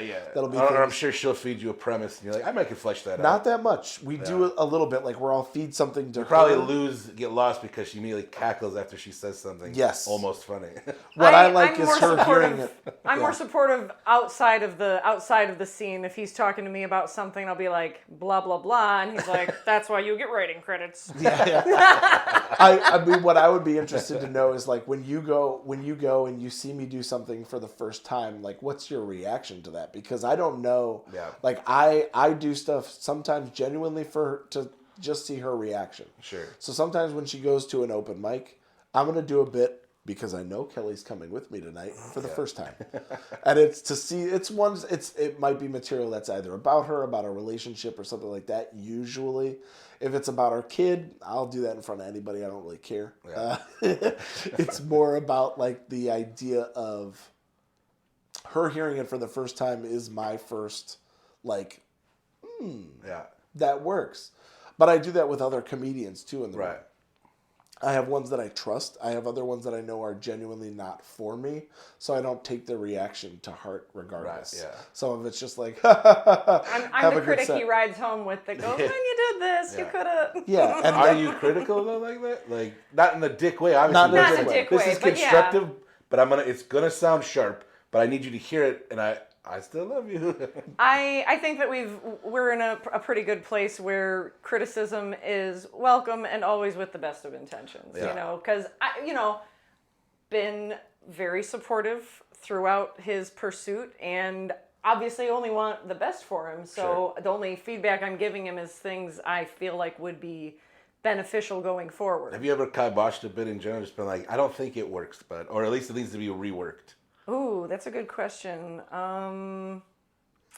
I don't know. Butterfly bit definitely took some turns because of advice. Yeah, no, you're right. You're right. I definitely had some feedback on that where I was just like, I mean, and you still do the bit, but you've evolved it Yeah, for sure.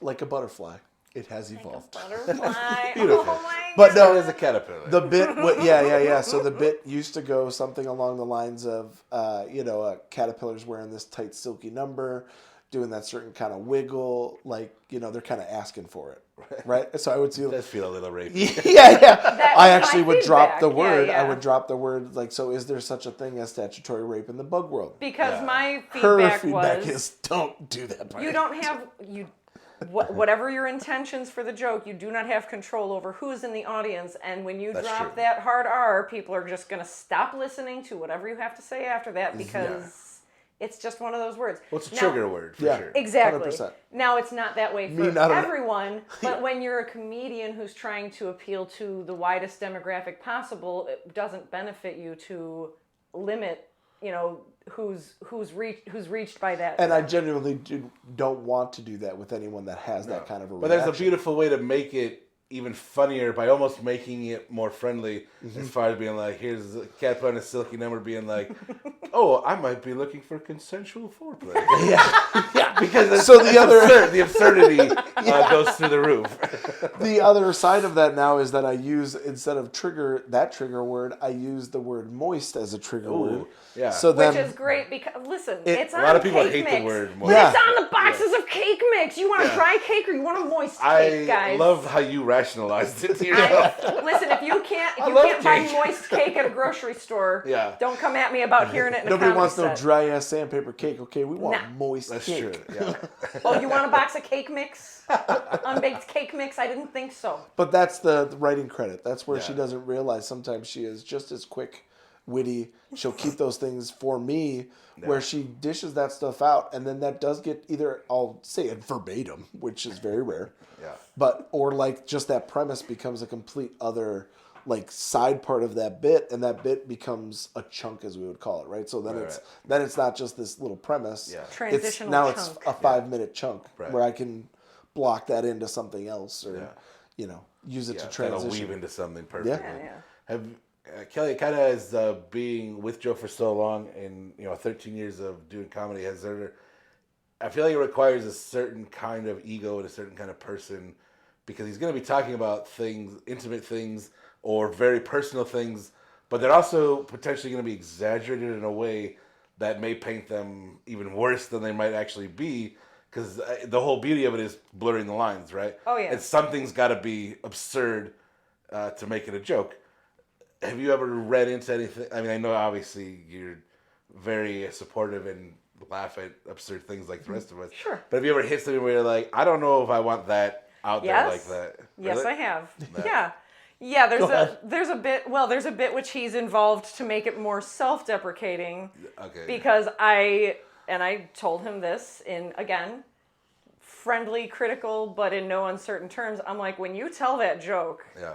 and if people know who you're with, The target is you. now they're looking not at him. me in a specific way. I go, if you make this something that's more about you, Right. again, it's just following that line of self-deprecation, and arguably it's still just as funny. Yeah. Like, I was going to say that too, is with you guys being so close for so long and so comfortable, I'd be curious to see if there's ever a point where the self-deprecating kind of encompasses you both as an entity.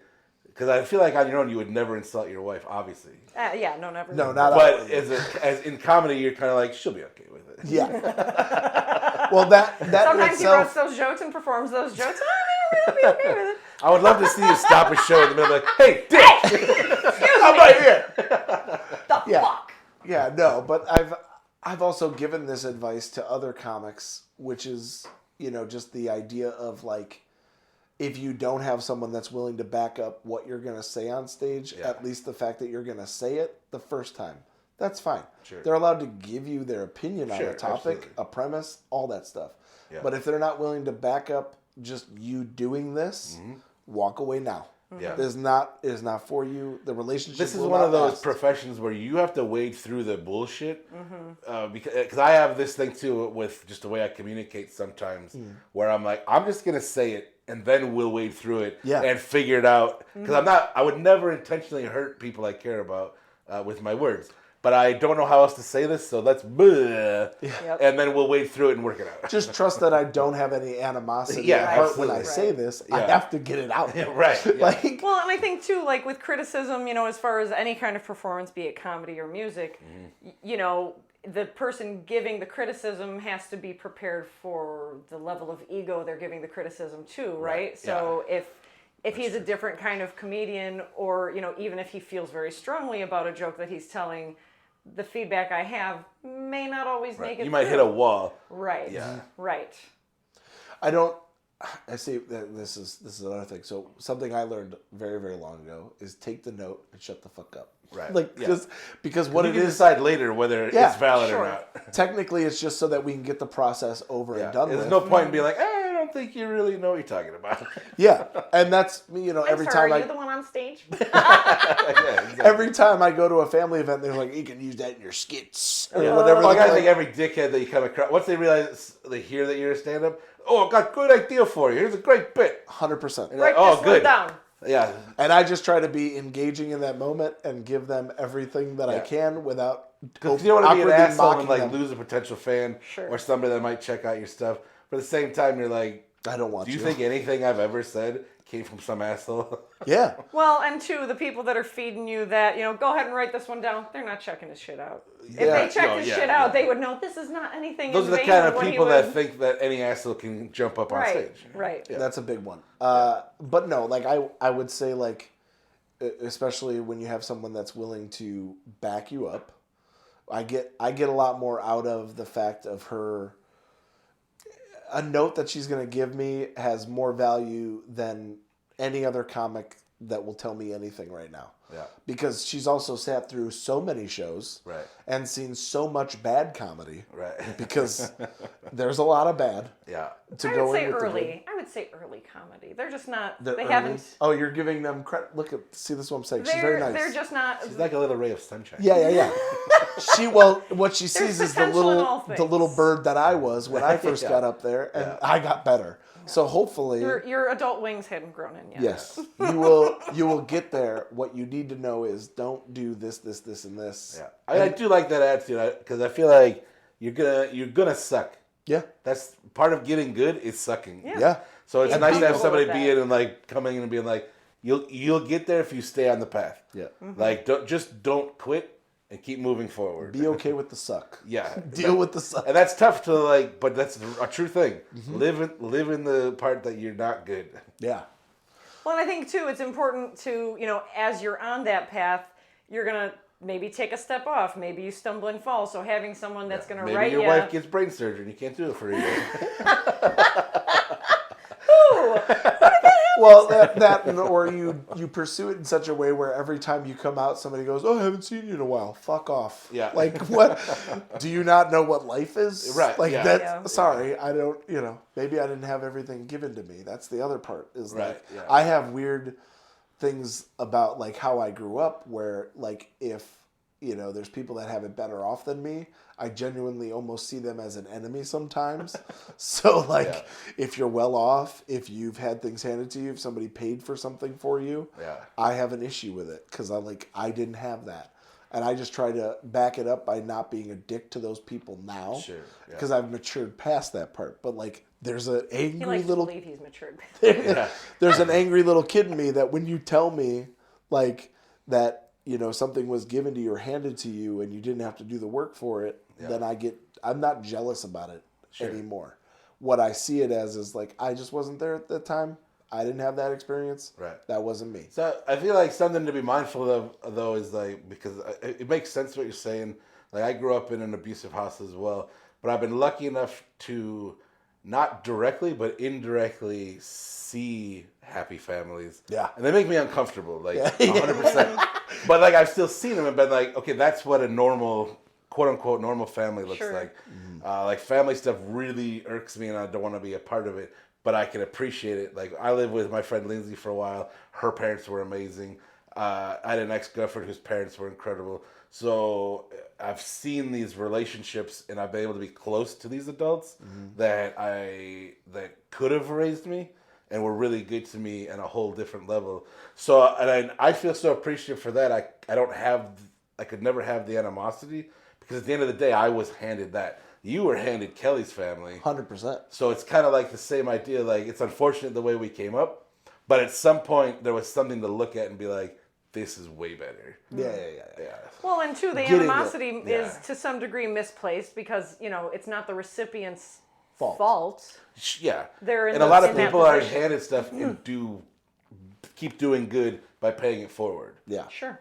And paying it forward is a thing. Yeah. Like that is something like I haven't had the opportunity to pay it forward very much because I don't have a lot of those opportunities. We're scumbags. Say, I think that's the other part too, is that I don't think a lot of people realize like how guarded you get as you have to become that like inner scumbag. Well, Like, you have to stay guarded. Yeah. Because I think it's beautiful to me when people can live an unguarded life.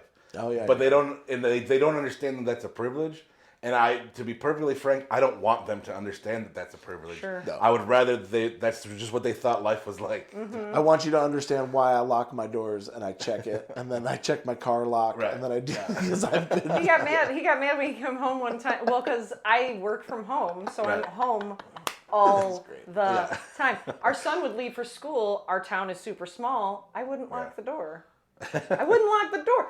I mean, in a very honest way, somebody's got to drive to our town to want to break into my house. Yeah. And we I have like that in that incredible story. neighbors. There's no people around your town. There's Yeah, no. yeah. I mean, in a It's very also- honest way, we are a postage stamp in an island of fields. Yeah, Very also you guys are meaning- way out there. You don't hear an Amazon package get dropped off. How are you going to hear a car show up and open the door? So, anyways, I lock the And they door. text you in the Amazon show.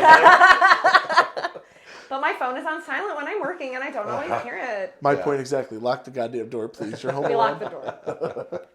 You're my wife. I love you. Please don't allow anyone Yeah. to be able to come into our house. This is gonna be the one time that I'm a man about this. Lock the goddamn door. Please. I grew up in different areas than you. Made me change my name, makes me lock the door. What? No. I still think it's so funny that you just made your last name your middle name. Isn't that great? That's Yeah. so like Well- it's such a power move. Like how gangster do you have to be? No hyphen. Oh, you don't want Just me to middle keep my names. last name? Watch this, Yeah, motherfucker. 'cause I feel like anybody that's ever been like, oh, this hyphen, and now something like, well, shit.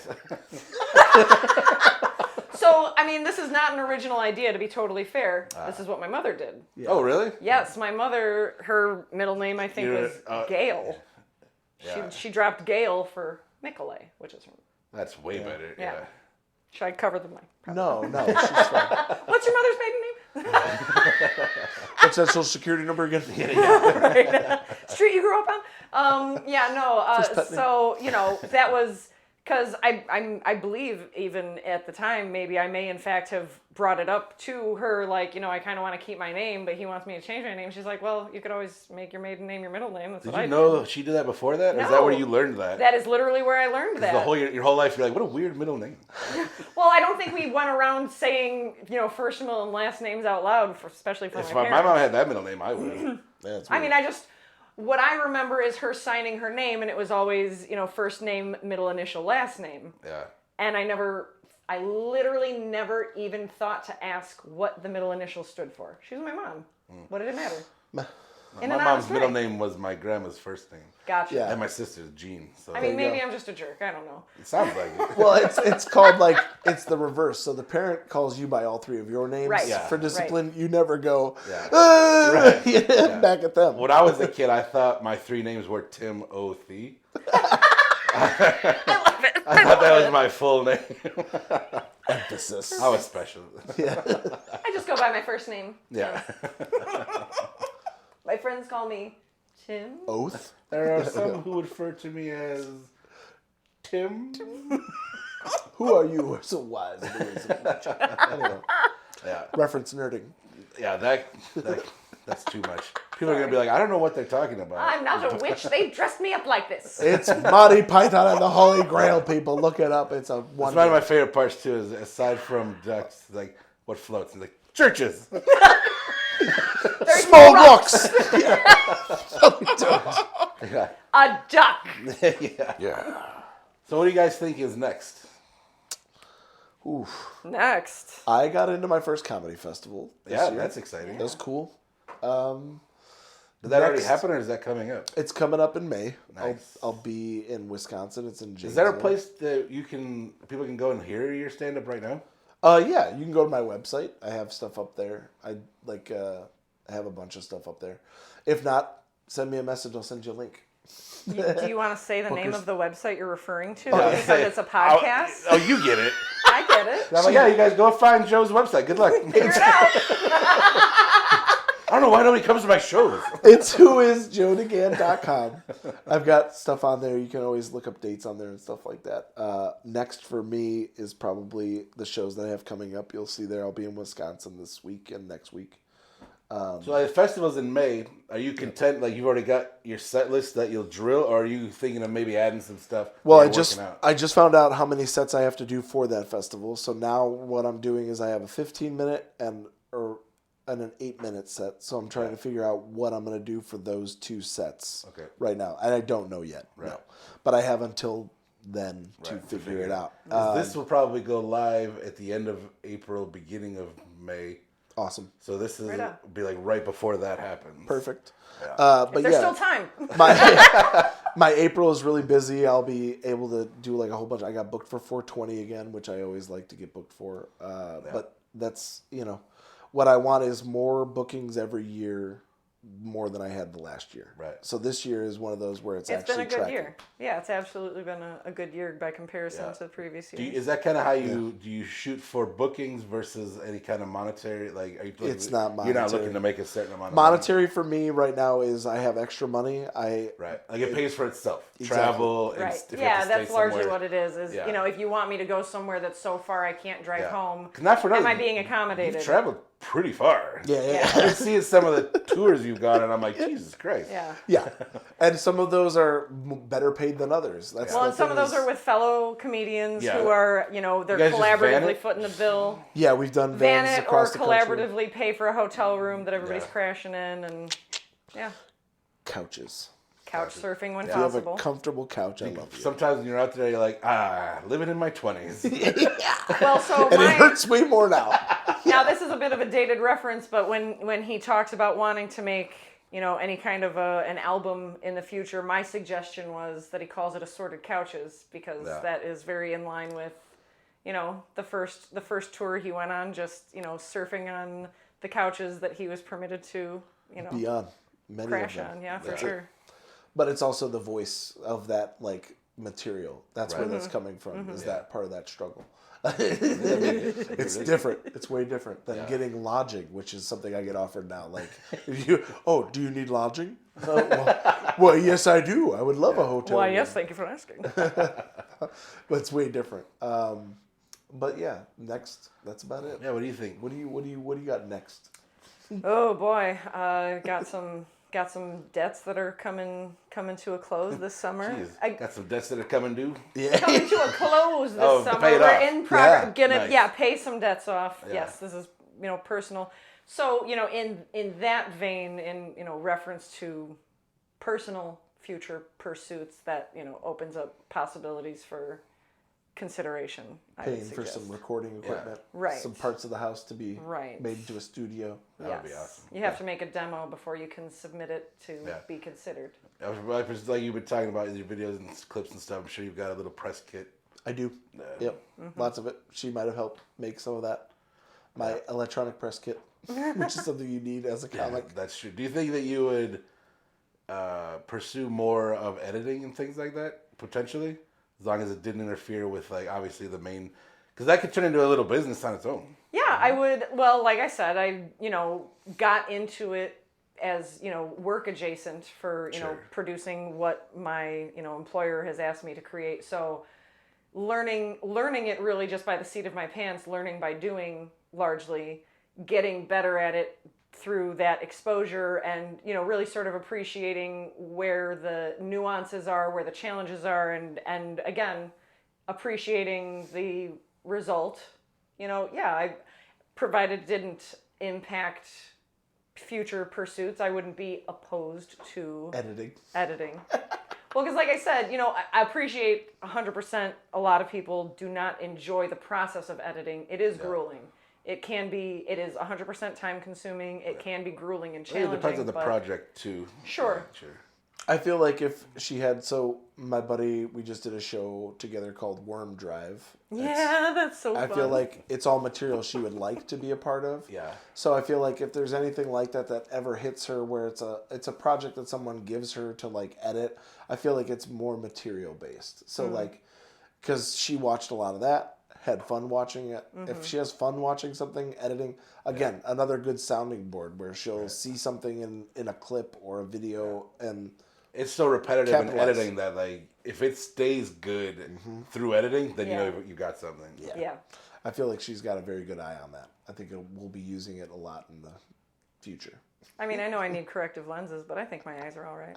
I've heard she wears contacts. She I does. do. You mentioned a scar, but you never mentioned how you got it. I'm sorry. Well, the glasses on my face. I had a seizure, fell onto okay, my that's it. face, Gosh, that was a fun one because Sounds like it. She woke up and she's got a a towel on her eye and she's just like, why am I bleeding? well, I said I don't do anything half-assed, so I'm full ass having repeat seizures where I had the seizure, came up, I didn't realize that my glasses had cut that area, and his efforts of just, in immediate first aid, he's got a paper towel on my face, and as I come to, I'm like, the fuck is this on my face for? Pulls it off.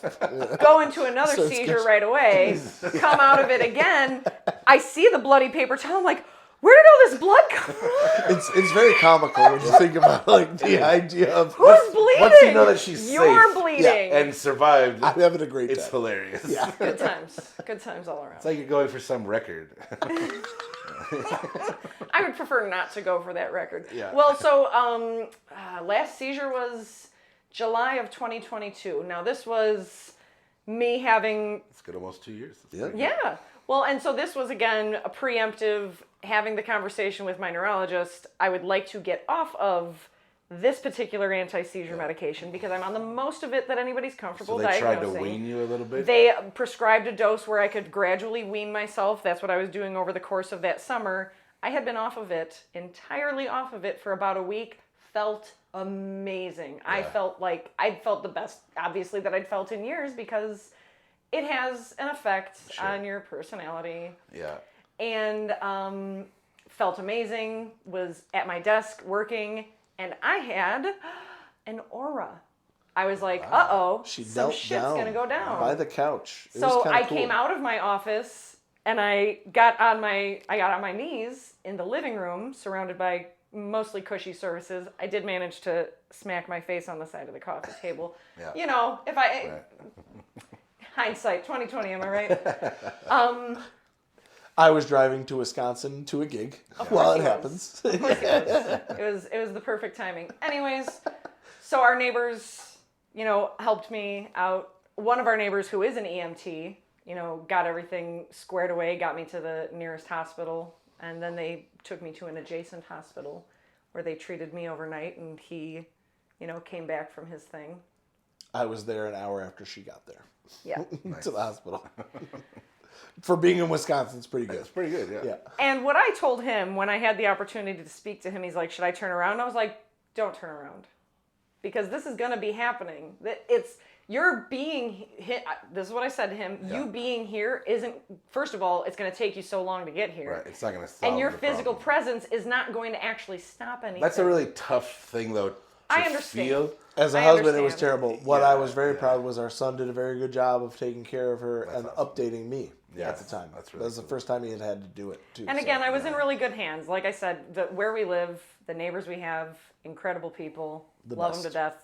So, you You invite them into your house. We do. Nobody's paying attention. That's right. That's right, I do.